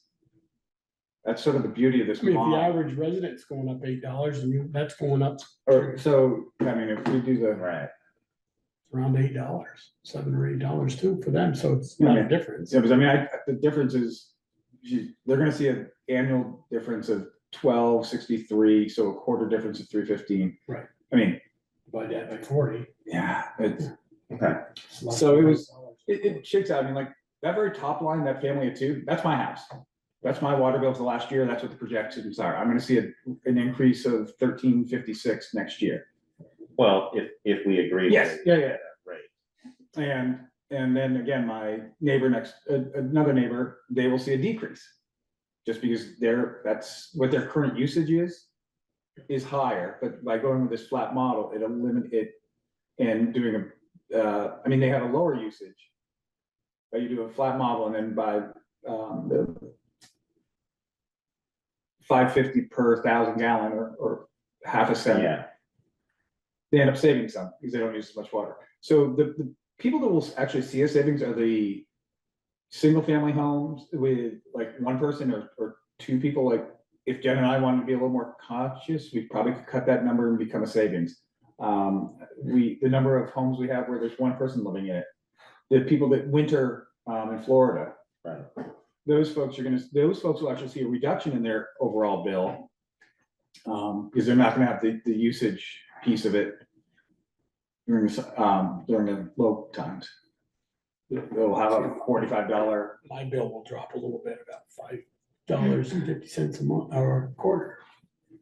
Talk to girls, tell them take long to shower. No. So the bigger hit right now is, if you look at it, I mean, the commercial side is seeing an increase. Yeah. I mean, some of them, a significant increase, but at the same time, They're paying for what they're using. yeah, it really shakes out. Which is the fair way of doing it. And what shakes out with it too is everything is going up. I mean, I don't want to be told, I don't want to sound heartless about it, but everything has gone up and we were gonna have to raise our water rates regardless this year. And I really thought this was a way to restructure our water rates where everyone's playing on the same, it feels like everyone's playing at least at the same level, starting point. And So, with this, I think we had this conversation, when was the last time we proposed it, was if all the bonding goes through, we're gonna have a budget next year or 3 years from now, well, $550,000, $200,000 more to make those bond payments. yeah, We just raise the base rate. you can do either. I Or personally. maybe have a little bit of both. You can do a little bit of both. I personally would play with your base rate before you play, because then everyone is starting at the same level, and then your usage dictates the variance in your bill.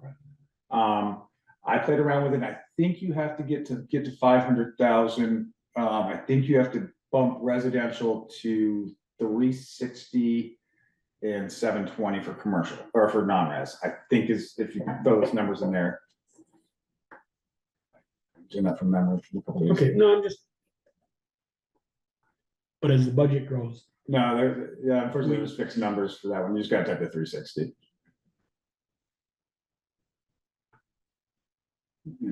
Yeah, And what, 720, I mean, it was 320 and 760, but yeah, I mean, that's really to get your five and a It's quarter. almost 600, yeah. And then you see the increase on the users.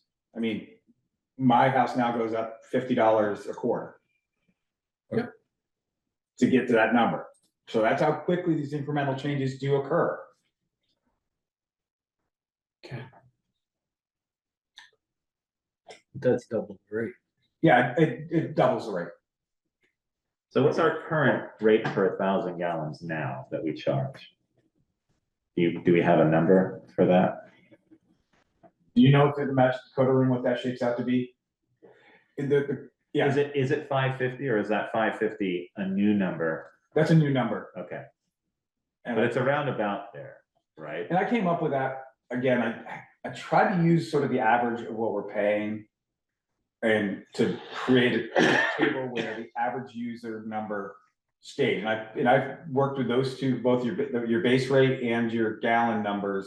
Right. To try to keep these things in line. Without seeing a huge increase in the end user. But it's also looking at other towns too, because Oh, yeah. other towns have similar prices. Not nearly as cheap, but yes. But they're looking, the research I did, the rates we're in the 550, 560. Per gallon. Yeah, Yeah, but then it was that base unit price that was different. yes, like Okay. Valerie's is very different in Waitsfield. Where did we start? It's got that Mad River. We talked. Well, there was the Big Bang. And No. Where did we start with for a number? Did we start at 180 or did we bump that up? Nope, 180 is what we started with, because I needed to get your budget number to 380 to so that beige line. Yep. Total, that's to make the budget that was Presented. that was approved. And part of the discussion last time was To bump that. right, was changing the residential annual rate and the non-residential to sort of put a little bit more in our capital fund as we start to do these projects over the next 6 years. So if you were to bump those two numbers just to 200 even, so that's $50 a quarter. So I'll have to just do those numbers real quick. 200 here? Yes, please. And 400, the other. Yep, and 400 there. Now a bunch of the 404. Right. And that gives us About 25. 25,000 to put into the capital. So, and that's not a horrible increase. Again, you look at what the user sees, it's not outlandish. Much more than that. I don't want to answer the phone. Yeah, I worked out if you did the $55 rate for residential and did 100 times 4, you get an annual increase of 38,780, which is like a pretty good chunk of change. I mean, we're competing with our however many $1 million cost is, but we need to be able to increase the capital water line money to be able to pay for that. How much did you say to bump that to again? I did the 400 for the non-residential, and I did 220 for resident, which was like keeping it the same amount going up for both that we done with the 180 and the 200. And that was like, 38,000. But I mean, you could do either of those. And I was sort of playing around just to see how much that quarter difference was, or the annual difference to people's bills. Well, I have a question is, Mhm. so we have a budget of about 380 and we're gonna. What is that 393 there? What is that? Okay, No, sorry. And, so if we set the water rates to 400, we needed 400,000 for the budget, going on our old magical system. Nobody can really figure out. What would a 4-unit apartment, I see they're gonna look out I have no. $40. I don't have a way to, I don't have an easy way to calculate that, to be honest with you, Joel. I don't know how to do Okay. that. You see where I was going with that? Oh, absolutely. Without, if we just said, no, we're going back the old way and want need to raise 400,000, They they may pay more. No, they would pay a lot less of this because they're paying the same as you or I do. yeah, because they're just one unit. So the residents are gonna pay more than, So what this really captures is the multifamily, the multi-unit, the duplexes, the triplexes. They're paying for the unit. They're paying for every living unit. Somebody who has an ADU on their house, that's 2 dwelling units. That's two. That's $400. Yeah. Instead of 2, which it is, if we were doing Presently. this right now, it would Present. be 2, yeah. Yeah, everyone would be paying 2 just for the sake of ease. so what's the thought of leaving it at 200 and 400 and having $25,000 more, knowing that we're gonna chew that up in the next 6 years? It's gonna be 25,000 more a year going into the capital. I mean, for me, my logic here is if you bump it right now, it's not a terrible rise. And if you do it again in another year at the same basic $5 more increment next year per quarter, that's still not untenable. And you're still slowly building into your fund. If you try to do 10 right now. And I then think that- 20 next year, it might be, then wait a minute. Right, I hear what you're saying. Then the phone will ring. I'm changing jobs. But how do we know, given the projects that we have, the 3 projects that are in the $10 million range, we know that we need to raise the money to do that. We're hoping, fingers crossed, we get 50% forgiveness. But really, it's a combination of things. It's either the water rate per gallon, the 550 increases, or the residential rate annual and the non-residential increases. And I guess we have to decide Well, I think the only fair way, when we do that. the fair way to do it is to split it out, so every unit's paying, like he says. Correct. And I say we do it for the next billing cycle, so we can get it out. We won't be able to get this for September. No, the next, Oh, for the December one, yes. And plus we want to do outreach. yeah, we wanna let people know. Yeah, I put together a Hang on, time frame. Merry Christmas. I mean, But just with yeah. the 200 and 400 gives us a cushion for, in the capital, number one, and just design work, we're gonna spend that. No, I know. Just in the design, not even begin to think about putting any pipe in the ground, just in the design work, we'll So, spend that Yeah, I easily. mean, to come up with those realistic numbers of what you need for those rates. Right. Is you need a schedule of what your debt's gonna be based on your construction. Once you have that, then you can sit down annually and figure out what the numbers you need to put in there to make those numbers. Right. And I don't have that, I didn't. Right. But And this because is our, there's so many assumptions they have to go into. Yeah, so that was a tough one for me. Mhm. So, Okay, Jessica, you've been sitting, I hopefully listening to all this. What do you think? Yeah, I mean, I agree. I don't like the idea of raising the rates too quickly, just because that's a shock for people who weren't budgeting for that. So raising it more slowly over time, I think makes a lot more sense to me. Okay. Are you Another- comfortable with the 2 and the 400 to start? I'll just, Yes, I think those changes look reasonable, like, you know, average families could afford that quarter increase. okay. Another way to think about this too, in the long haul, after we have a clearer handle on the debt, and we know what we need to raise to cover the debt, we might actually see a decrease in the operating expenses because those investments are fixing a lot of leaks.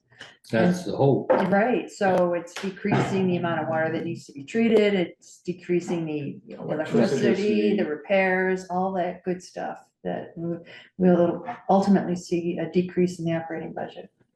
and again, the loans to pay for that are what, 20 and 30-year bonds. I mean, I know I hate to talk that way, but it's not like we're getting, you also have to come up with 10 million in 5 years. Right. Yeah, I mean, we have to write that, but. Gotta come up with that payment per Right. year, yeah. Right, so it's figuring out what those payment levels would be. After they tell us we're gonna get 50% and give us 5.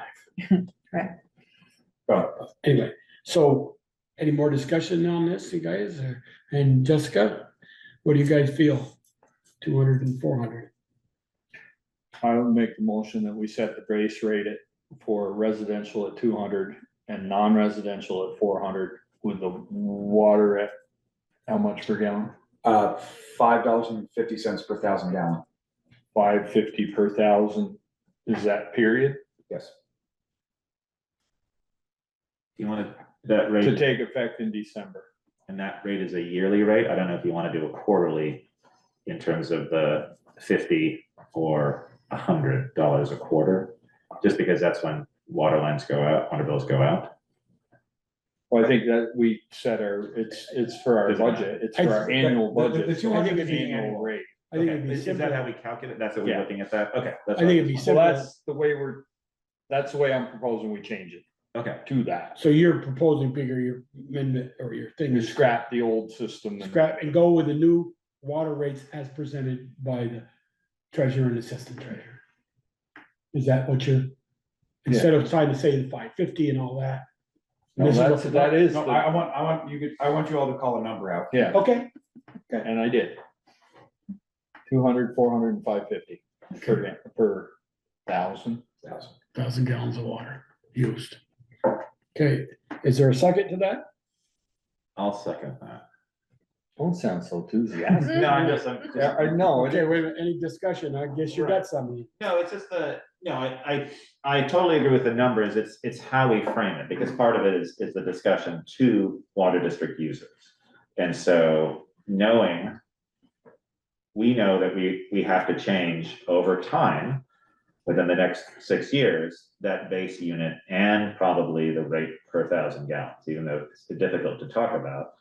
We're gonna need that in our budget to pay for our debt, right? So I just wanna, Some of it though, if we do the whole west side and we have some major leaks, right, we should, our expenses should drop considerably. So we wouldn't necessarily have to raise as much. Yeah. I'm promising you 50% forgiveness. I know, that's the thing, I worry about that too. Yeah, That- no, I mean, no, the no, I numbers don't, that- not the forgivenesses, No, but the no, I water know. savings, I Yes. worry about, I do. Yes, Yeah, and I'm not think we're gonna see a huge savings in the cost of electricity, but I think we're gonna see a savings in the usage, because the cost, Yeah. pump time, because the cost of electricity will go up. But it may stay the same as, because, you're using a lot less electricity, but the rate went up on electricity, GMP's rates. You just gotta run an extension cord up to that solar So, farm. so the big piece for this. Okay, Jessica, do you have any comment? We got a motion in a second? I was just gonna follow up with Ian's concern with the outreach aspect of it. Yeah. That's actually the next piece on my, Sorry, sorry. what do you want to call it? Project that I put together. Yeah. That's putting together that outreach letter. That'll be, and it's nothing I want to send out alone. It's Right. something I want to bring to you all and have you review it. Will that? Can that go out with the September September bills? It would be good if it would. yeah. We can hit it, Because we're gonna start the read next week, you have another meeting on the 23rd. and that was my hope, was to have We it could cleared for the certainly have 23rd. it ready to put into those bills, because it usually takes me a couple days to go through the bills and get the ones that didn't read. Okay. So at the moment, so it's a combination of things, it's the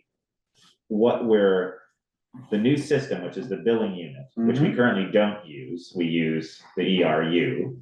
So there's that change with the billing unit, and then there's the cost associated with the billing unit. That goes, well, I guess, what is it? Compared to the 400 or the 200, what is that now? Do we have with the old system, do we have a set number for that ERU? No, we have a minimum usage. Minimum use charge. Okay, so again, there's that discussion, like explaining, which people don't understand anyway. Nope. To then go with a new system that we've created that's in line with the state and how they measure things. The cost associated with that, and then the confirmation of a new water rate per 1,000 gallons. And also, I think it's important on the outreach of why we're doing this. Right, oh, yes. It's not just because we want to make more money, it's because they've already seen Pine Street. Yes. We've already seen the bills. And conveying that in a way that is respectful and softening, because Right. this could be, for some people, this is gonna be a big blow. Like I said, even what you see there, I mean, mine going up $8, I can stomach that one. Some folks are gonna be outright angry at that number. Right. That family of four. That's. It's about break even. $3 a month. I know it. It's $3 a month. It's about 10 cents a day. Yeah. I mean, I've already, so I know what it is, but when somebody sees their water bill go from $90 to $100. $3 is $3 is where, I totally agree. So it's getting the message out in a very clear, sensitive way. Yeah. So this is a fair way to do the water system so that the base rate pays for your expenses and the water rate pays for the water. Yeah. Right. And that's really what the intent is that the base rate covers your infrastructure and the usage rate covers what comes to your tap. And we might even have a chance of calculating, because now we can't calculate because you don't know if they're using over 100 gallons a day. Yeah. The estimated rough usage, that's what ERU stands for. Yeah. That's what it was, estimated rough usage. Jessica, what do you think? Yes, I agree with the approach with the letter. I think talking about what the different things are covering is good. And then also showing some of these estimates, like how much is your bill going to change, would be really good. And does anyone on the board want to be my proof as I write this document? Would any of you be willing to work with me on that? I can do that. You don't want me doing it? Yeah, part of that, so that's separate. I would like to double check Chris's calculations for the residential, since we just happened to find one or two tonight, since Joel seems familiar, just to double check those numbers, because it does affect Unless that eyes, I don't think it's. our final count and also the non-residential, just to be sure, because I'm sure we're gonna have people, once we lock these in, I'm sure we'll have questions from residents or property owners questioning how this was done. And we want to try to be able to help them as best we can. Absolutely. There's the other side of it too, which I mentioned the last time we spoke, which is sort of, can we involve the energy committee in this in terms of saving water? I asked Chris for the full NEMRIC export of everyone's water usage. And so I can compare it, I can see how much I use, I can see how much someone else's uses. And also too, some of the people just I know, I was quite surprised, like I maybe use 30,000 gallons a year, and that's a family of 4. And some people are at 60,000 gallons, and I know that they're a family of 4. So it's like, why is that? Is it an older house? Is it just water usage? Is They it wash their car, they water their garden. Right, do they water their or lawn? leaky pipes or something like that. So it's like part of that, can we involve the energy committee just to be able to offer people ways to save water, even though it sort of works against what we're trying to do. It helps them. Well, it does, it doesn't work against what we're trying to do, In because terms of like, if they cut usage, then our cost is gonna go that's down. true, yes, So we're not, You're right. I mean, it's not like if all of a sudden they say, well, I'm shutting the tap off. yeah, We still have our infrastructure bill, yes. You still have your guaranteed $50 Yeah. a month, a quarter. and then, you know, we have the savings from the Yeah. water, so it works either way. I guess a question I had was back to those, the 2 apartments we talked about, South Street and down on Main Street was. And then you could take a 4-unit apartment on Pleasant Street, it's just an apartment. Would that unit next door say, you know what, I'm paying $400 a month unit price, or a quarter, or a year, excuse me, versus 200, I'm gonna turn my office space into an apartment. Which isn't all bad or no the housing. I agree, but, I can get more for an apartment than I can to an office space, Not And pay- necessarily, I wouldn't think so, but maybe. versus, I don't know, I mean, I'm just bringing that up. But it might raise those questions. But that Might that's raise already those happening. questions. Yeah. So just, I mean, look at the insurance building on West Street. Right, Page and Yep. Campbell's. Page and Campbell Yeah. used to be, Page and Campbell, Res- resident, 2 apartments upstairs. now it's all apartments. Yeah. So those transitions, I think, are gonna shake themselves out naturally. I don't think this kind of savings isn't nearly. You're gonna push them to say, I'm taking these little small No, offices because again, if you that I'm take, getting. if you 1,000 a scroll month, down I'm just a gonna tiny bit, apartment Valerie, for for the 50. example, can you I'm scroll just down asking just a questions. tiny bit, just like see a couple more of the examples? I think I have one that might be a decent comp.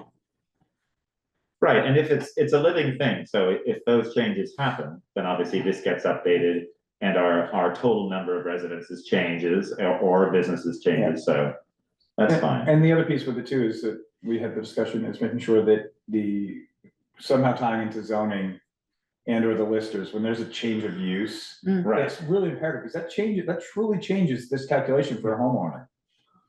Whether it's adding an accessory dwelling, whether it's converting a single family home into 2 or 3 apartments, any of that kind of stuff. Right now, we don't track that in any manner. right, Yeah, if you add accessory dwelling, it's gonna go from 2 to 4, right. but your water usage may not go up. Yeah, I mean, I look at the ADU here, that their water usage is almost on par with it's actually more than a 4-unit apartment building that I compared.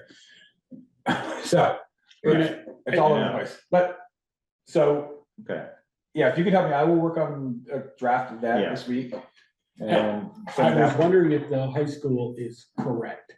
I mean, I see it's half as much as Woodland Apartments, I realize 42, but there's over 1 million gallons just in that pool. And they usually drain it in the spring and do maintenance on it. So just, They ran 660. Maybe they did drain it. 6,000 gallons of water through there. I mean, I can check I can do a secondary count on theirs, what theirs was like. I took the last, as you can see, I took 530, those are yearly 2023 gallons, 668 gallons, 668,000. Yep, three-quarters of a million gallons is what Mount A put through their meter last year. When it was working. Yeah. That was the other So part. I don't think that's a true, Right, because they had that major leak and. But that was outside. That Yeah, we was had no before way to the calculate meter. it, Yeah, well, their meter wasn't working either, so It- we were doing a estimated yeah. read. So again, these are fluid because and these also need to be adapted. so when did they do, No pun up till intended. when they do That leak made their meter go backwards. It was like a break right in the front of the building, like 5 feet off of the meter. And we also replaced the meter with a new one. So I think you might see those numbers increase a bit because they're being measured more accurately now without anything going backwards. And again, there's 60 commercial units, and what the thoughts were was at the Yeah, I don't beginning of see- each billing cycle, so again, it'd be. Where's Bristol Elementary there? I don't see that one. Bristol Elementary. It's in here. It's not on the, No, it's not in that list, but it's Wonder on, what the it's on the usage is? non-residential. Yeah, I just was wondering what theirs is. Are they just a residential use? no, They're They're not- 416,000. Okay. That seems more realistic than the 668. That's why. again, they have a lot of bodies in a school, they don't use that much water. If you stop and think about it, but that's a whole different Yeah. piece. Yeah, okay. So we have a motion. A second to set those rates as presented and Baker outlined them. Any more discussion? One more time, Jessica, you got anything more to add? Nope, ready to vote. Okay, all those in favor, please say aye. Aye. Aye. Opposed? Abstained? Congratulations. Okay, Let the work begin. let the work begin. And that Ian and run that by Ian to draft that letter in soft way. And any, if you'd like to comment, no, if in the letter, just say if people have any comments, direct them to Ian Robertson. And his number. You put that in after he helps you with the letter, Yeah, so it's after. a surprise. Okay, review of the meeting minutes. Well, actually, there's a little bit more to Okay, that I'm agenda sorry. item. That I mentioned in my report, that if you recall, at the previous meeting, we, the Water Commission / Select Board approved some of these adjustments to the special charges in the Appendix B. And I just am proposing a slight adjustment to that. One is to remove the reference to residential and just call it 3/4 inch at 1850 and 1 inch at 2150. And one thing I realized after the fact was that for meters 1 inch or greater than 1 inch, there's no baseline to measure from, because it talks about just being calculated at the time of the application. Calculated based on what exactly? Because the others, those other two rates, the 3/4 inch and the 1 inch, include other variables within that number, including the cost of the meter, the water operator's time. And so I'm suggesting that we set a base rate, just in general, anything over 1 inch, be at 2150. And then that's the base of what the differential of the actual cost of the other stuff that's more expensive. As Jill pointed out, oftentimes those types of meters and units require more things like a backflow preventer, which are expensive. And so that would be added, but the baseline would be the 2,150. Is that defined what's included in that number? Well, yeah, the 8 hours of water operator time. For the other two, the 3/4 inch and the 1 inch, it's the cost of the meter. Just. In review of the application. And review of the application. So none of the accessory stuff that goes with the meter. Well, yeah, the appurtenance is the typical stuff for residential.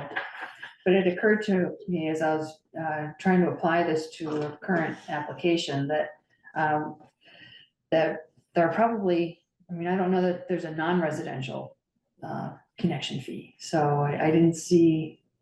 Which is why you want to take out residential. Right, for example, a meter pit. What would a meter pit be calculated at? Because it requires its own meter, it's gonna be read separately. And so that was part of my example in thinking that there needs to be another or an additional baseline from which to calculate the additional expenses. Well, so do we want to put in? I mean, since we just talked about breaking it into our residential and non-residential, is there? Do you want to have that specified instead of taking out residential? Would you leave that in and then have a non-residential, or do you think? Well, it's just if the an same? office, if a new office space goes in. Right. you know, is this, If it's still the same cost of the If it's meter. 3/4, it's the Yeah. same, but if Right. it's, if it's bigger, then there's obviously. Like all earth renewables, what was that classified in terms of them connecting to the water? Is it just a 1 inch, or whatever I it don't was? remember with They're them. not, no, they're 6 inch, aren't they? They're 6 inch, aren't they, Joe? Cause they got the sprinkler system, or do they? So they have, this is what's neat, is they have a 4 or a 6 inch coming into the building because they're sprinklered, but their domestic water goes through just a 2 inch meter. They have the same exact meter that the high school has. And I only know it because I had the meter for the high school. They needed a meter for their project before the high school was ready for me to shut their water down and do the install. So they bought another meter for the high school and we sold them the meter that we had. So they're identical. They're 2 inch, they're It's the same iPearl. one? Yeah, they're the blue metal, like super heavy duty, accurate, high accurate 2 inch meter. So Probably the same thing that's in the fire station. Yeah, yeah. So basically what we've been doing is having to order all these things and send like a bunch of different bills to everybody for all these pieces and parts, or specify to them what they are. It kind of makes more sense to just up to 1 inch, we kind of know what the cost of everything is and we can cover it. It's when it gets 2 inch and bigger, the 2s, the 3s, the 4s, the 6s, they're incredibly expensive. And they just keep going up. I haven't seen, I don't know, everything I've seen lately in water just is like $10 more, $20 more, $1,000 more. And all I did was like blink and slept for a night. So I'm pretty uncomfortable putting like a fixed number on the bigger stuff because it's more complicated. It's kind of more like the development that came in today. It's just more complicated, or a business that's got chemicals on the other side of the water that could be a backflow prevention issue. It's got to be a team effort between the water system and the developer on how to come up with the right stuff to get them connected safely. And so for the purpose of an application, when somebody comes in the door, that baseline that I'm suggesting at least gets them in the door. Right. Yeah, So that's which true. is it's the 3/4 inch at 1850 and the 1 inch at 2150. But then does everything else you have underneath the fee for connections greater than 1 inch will be calculated at the time of application? That's what was approved last time. Okay. That's what I'm suggesting we change. Okay, so what would you like to see there then, given that Jill just said it's maybe hard to calculate? Without knowing exactly Right. what they need. So at the very least, it would be the 2,150. Okay, Because we know that if it's more than 1 inch, then it's at least that much. okay. And so whatever else needs to be included. But you're after the still fact. gonna have to figure that at the time of application, or you want the $2,000 when they come through the door. Right, so I'm suggesting Okay. that the 2,150 gets paid when they come through the door. Okay, And then the rest of all that stuff will get billed separately. so you could say the fee for connections greater than 1 inch is calculated at 2150, or at Plus. a baseline of 2150, or a starting point of 2150. Yeah, the language is in the report. Oh, it is? Wait, whose report? Mine. Well, that's what I'm reading right now. Oh, okay.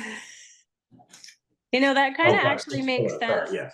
That Okay, kind of makes sense. It's just that you'd almost have to like back out the cost of the meter or understand that something larger than that is just going to be more complicated. But I guess if you backed out the cost of the meter, you could state that the first, whatever, $500 of that 2,150 is going towards that meter, and anything above and beyond will be billed to them. It's just, we're trying with those fees to get the like administrative task of having to do lots of different bills. Like it's almost, and what we keep writing in all these approvals is that they have to supply it and they have to pay for it. okay. Yeah, I'm fine. I see I was reading what it actually is, but yeah, remove the reference to residential meters, establish 2,150 as the baseline application fee for meters greater than 1 inch. Yeah, I think that's fine. Okay, yeah, because that still includes the 8 hours of water Yeah. operator time and the baseline for what the larger meter would typically cost. Yeah, because I feel if we don't have that, then we're losing. And we Or have, flailing. we have been in the past, I think. Yeah. Okay, yeah, that sounds fine to me. Oh, good. Does that sound fine? to you Yeah, guys? Okay, Now that I get what she's, yeah. I just have to read the next paragraph. Oh, it's right there. Okay, yeah. Great. So we're gonna strike the word residential, we're gonna put 3/4 inch meter Mhm. at 1850. And And then- then 1 inch meter at 2150. I think it ought to say, kind of like you go when you order a lobster in Maine house in the middle of the summer, and it says market rate. No, Cause you could, Oh, yeah. the price of these things Right, could well, go which through the roof. but still, Yeah. the challenge for us is what to tell somebody. The when they minimum walk is in the door. 2150, and if Yeah. it comes in at $2,400, Right. you're paying that. Yeah, you don't have your app, which is like, let me just calculate that market rate for, Yeah. for water line connections. Right. Oh, it's No, 5,000 now. I'm saying just to buy it. Mhm. All right, Uh, yeah. My I mean, I think budget is- those numbers cover a pretty good amount. Mhm. Yeah, Okay, cool. Okay. Motion? Is that part of, we made a motion for the water rates? Right, this is separate. yeah, this is separate and we have to Bill. change this changes the ordinance, Correct. No, just the appendix. the appendix. It Okay. changes something. Right, right. Which Do does we- not require an ordinance. Do we need to accept the changes that were made prior to this? We You did did that. last time. We did, already. okay. Yeah. So I'd make a motion to accept the new adjustments regarding 3/4 inch and 1 inch residential or meters No. pricing, and as well as the connections for greater than 1 inch. Yeah, removing the residential Correct. residence. Sorry. There's a second, any more comments? I'm gonna ask you, Jessica, you got any comments? You heard our discussion? Nope. Well, you're just a She's good. She's good. talkative one tonight. Getting through it. Okay, any other? Okay, all those in favor, please say aye. Aye. Hi. Opposed? Aye. Thank you.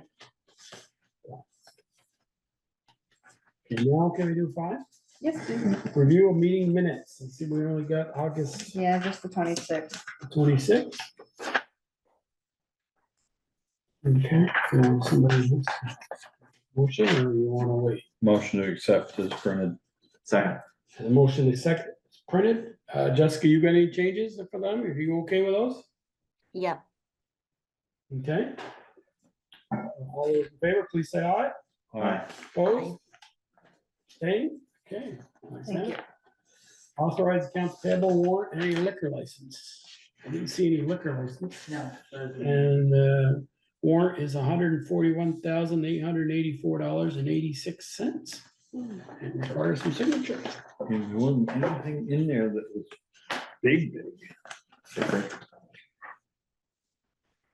Okay. Ready. And then we got this thing that we voted on already. I signed it. Bristol Core grant. Okay, Selectboard roundtable. We'll start with you, Jessica. We'll have to give you more than, yep, I'm all set, or 2 words, I'm all set. No, go ahead. The library has put out the position for the children's librarians. They're recruiting for that. And so that is their big news for right now. All right. Anything else for us? Nope, that's it. Okay, thanks. Ian, Let's see. I'm working with Energy Committee folks and Regional Planning Commission on the MERP implementation, which is the energy resiliency grant. And so that's more information is coming thick and fast, and we're getting help from an outside company to sort of look through our reports for the 3 buildings and see what we want to do in terms of implementation if we get that grant. Working on IT upgrades for the hub, since it's sorely lacking over there. I'm working with Chris Merchant to try to get a fiber connection to that building so they can get a little bit faster speeds. So he's gonna put in that, hopefully that'll work, and that'll get approved on their end. I think fiber is near there, it's just not to the building. And then along with that, they have grant money to just update a couple of their wireless Wi-Fi systems. At the moment, cameras are using that, and so it's pretty slow, and there's lots of computers being used, lots of handheld devices, and so I'm working on to improve that. And then I'm gonna do an update for everyone here for the Unified Development Regulations, just to go through the changes that we've gone back and forth over the last 3 or 4 meetings to get everything in order, and I've got that. And then I'll send out the documents this week, so then we'll see. It's not much, was little things here and there, but just so we can all see like, oh, that's what happened to this meeting, that's what happened to this meeting, and where we are right now. But we're pretty close to having that actually voted on, which is nice. And then the last thing is I'm working on, again, working through the technology side of things, trying to find a potential way for us to be able to manage projects a bit better. I'm experimenting with a web platform called Basecamp, which has been around for a long time. And it seems like it might be useful for us. It's a fairly inexpensive, it's a monthly cost or a yearly cost. You can add any number of users that you pay for, similar to doing Office 365 or something like that. If you can also have a client side that clients don't have to pay, they don't have full control, but as a select board member, you can have access to things, post and do that. So Basecamp, essentially, you can set your project up, you can have things connected to a project, which might be documents, could be to-dos, a schedule, a message board, things like that. So it might be a useful way for us to be able to see these projects and have all of us be on the same page and access them and see stuff as it goes along. So I'm looking for people to sort of share that with, to sort of test it out, to see. It's the one that I found that's the simplest for us. Everything else seems to be way too complicated. Our main thing is that we send a lot of emails that get lost or hard to find. You can send emails to this and be able to capture that. And then we have all these documents that are kind of in places that not all of us can access. So it's like, can we put those things together as a project to be able to see something from start to finish? So sort of experimenting with that. That's what I've been up to. Okay.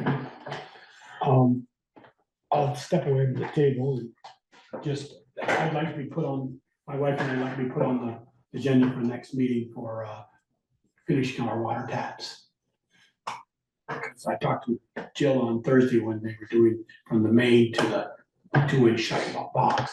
Was you guys, the water commissioners only gave me permission to get that in because of the digging in the road.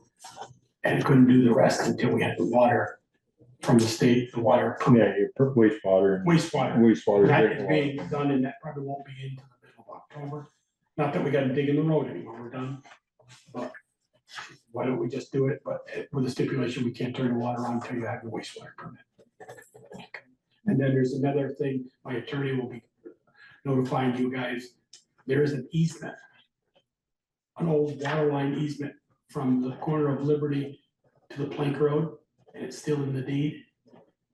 And he says, you're gonna want to get that removed because, and Jill says, yeah, that customer it's now being serviced from the new 6-inch main, now say new, in the last 20 years on Plank Road. The two. There's 2 of them, the deed only states one of them, so I don't know why. Halleck and Bedard, well, it was Halleck, Bedard and Purrington. All 3 of them were on it. Online. Anyway, so we can put on that for the next one. So, okay, I don't have anything else. Valerie, town administrator. No, did you know? Go for it, Peter. I'm sorry. I apologize. I don't have anything. No, sorry. On the online and on the tier report, there's a bunch of other business documents, just mostly FYIs. Copy of the letter that Kevin Brown sent to the school about School Street. Updates from David Brin about the Seth Hill Waterworks project, as that's moving along. Shared with you, notice that we were awarded the scoping study grant through the bike ped program for V-Trans to study the West Street sidewalk. Awesome. What's When did we get that? What? When did we get that? Well, it was just a letter of award. We can't actually do anything until we get the grant agreement. We haven't seen that yet. Yeah, we just got it last week. Don't get nervous. No, I just, trying to keep track of whether we're getting money in, Yeah. whether we have to wait for it. Yes, wait, we still haven't gotten the grant agreement for the airport drive new sidewalk for design and construction So of what, a new sidewalk. why is that? Do you think? We nagged, they're just busy. Okay, We were awarded that in April, we still don't have it. so for the new scoping study award, what's the next stage of that? Is that an RFP? Grant agreement, Grant agreement? yeah, and I think we'll need to designate a municipal project manager, so we'll have to decide whether whether we need to hire that out or whether it can be done in-house. Okay, And get that lined up. And well, so, but that, wouldn't that be an RFP for a firm to do the? if we wanna scoping? hire it out, yeah, Oh, I see. or it can be done in-house, An in-house scoping study for that? the municipal project manager. Oh. The grant program requires a municipal project manager. For the scoping Well, study? actually, maybe not for maybe I'm getting confused with the airport drive one, because the Okay. airport drive one, that's through the transportation alternatives program, and that requires a municipal project manager. Because we're moving towards actually doing that project. Right, This one is a grant agreement for the it's just scoping a study. scoping study. Okay, so the next thing will be an RFP for. Right, similar to what we did for Munsell Avenue. Okay, so I can work on that, Yeah, maybe, and free to super, too. and actually can probably just take the Munsell Avenue one, go Exactly. change Yeah. the names and street references and, yeah, some of the Excellent. stuff. Yeah, that'll be a big one just because of the complexities of Oh, how, no. even just out here, so I that's know, great, but yeah, I'm happy to work on that. Super.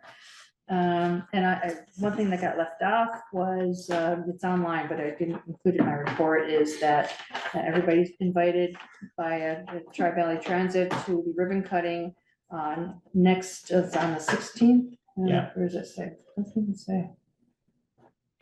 Yeah, 16. Oh, yes, 16th at 10 o'clock over by Shaw's, to ribbon cutting for the bus shelter, and then 10:30 over on Firehouse Drive for ribbon cutting for that one. Have all the permits for Firehouse Drive for that bus shelter been authorized? I have no idea. It's up in the air. It's beyond my scope, but I think they are, but I wouldn't dare say yes. Okay, I will check with AZ. Yeah. I hope they have, Yeah. because they put a bus shelter there. I go say, it's been there. I mean, we did the one, I know we did the one for Shaw's, because It's obviously a portable structure, so, Right. but it's I mean, over 8x8. David's got some equipment, you can move it if it needs to be, so I'll check with AZ on that. And sent off the capital improvement plan to the state for the downtown designation renewal. And sent it out broadly to folks here for feedback, and with the deadline of next Wednesday to get back to me. Cool, that's great. Any other? That's Any enough. other? Any correspondence received or besides what you put in your report? Okay. I'd entertain a motion to adjourn. Second.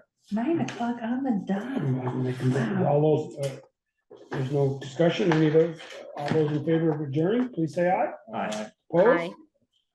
We are adjourned. Okay, thank you, everyone. 9:01. Thanks, Jill, thanks, Steve. 9 o'clock. See you later, Jimmy. Thanks, Jessica. See ya.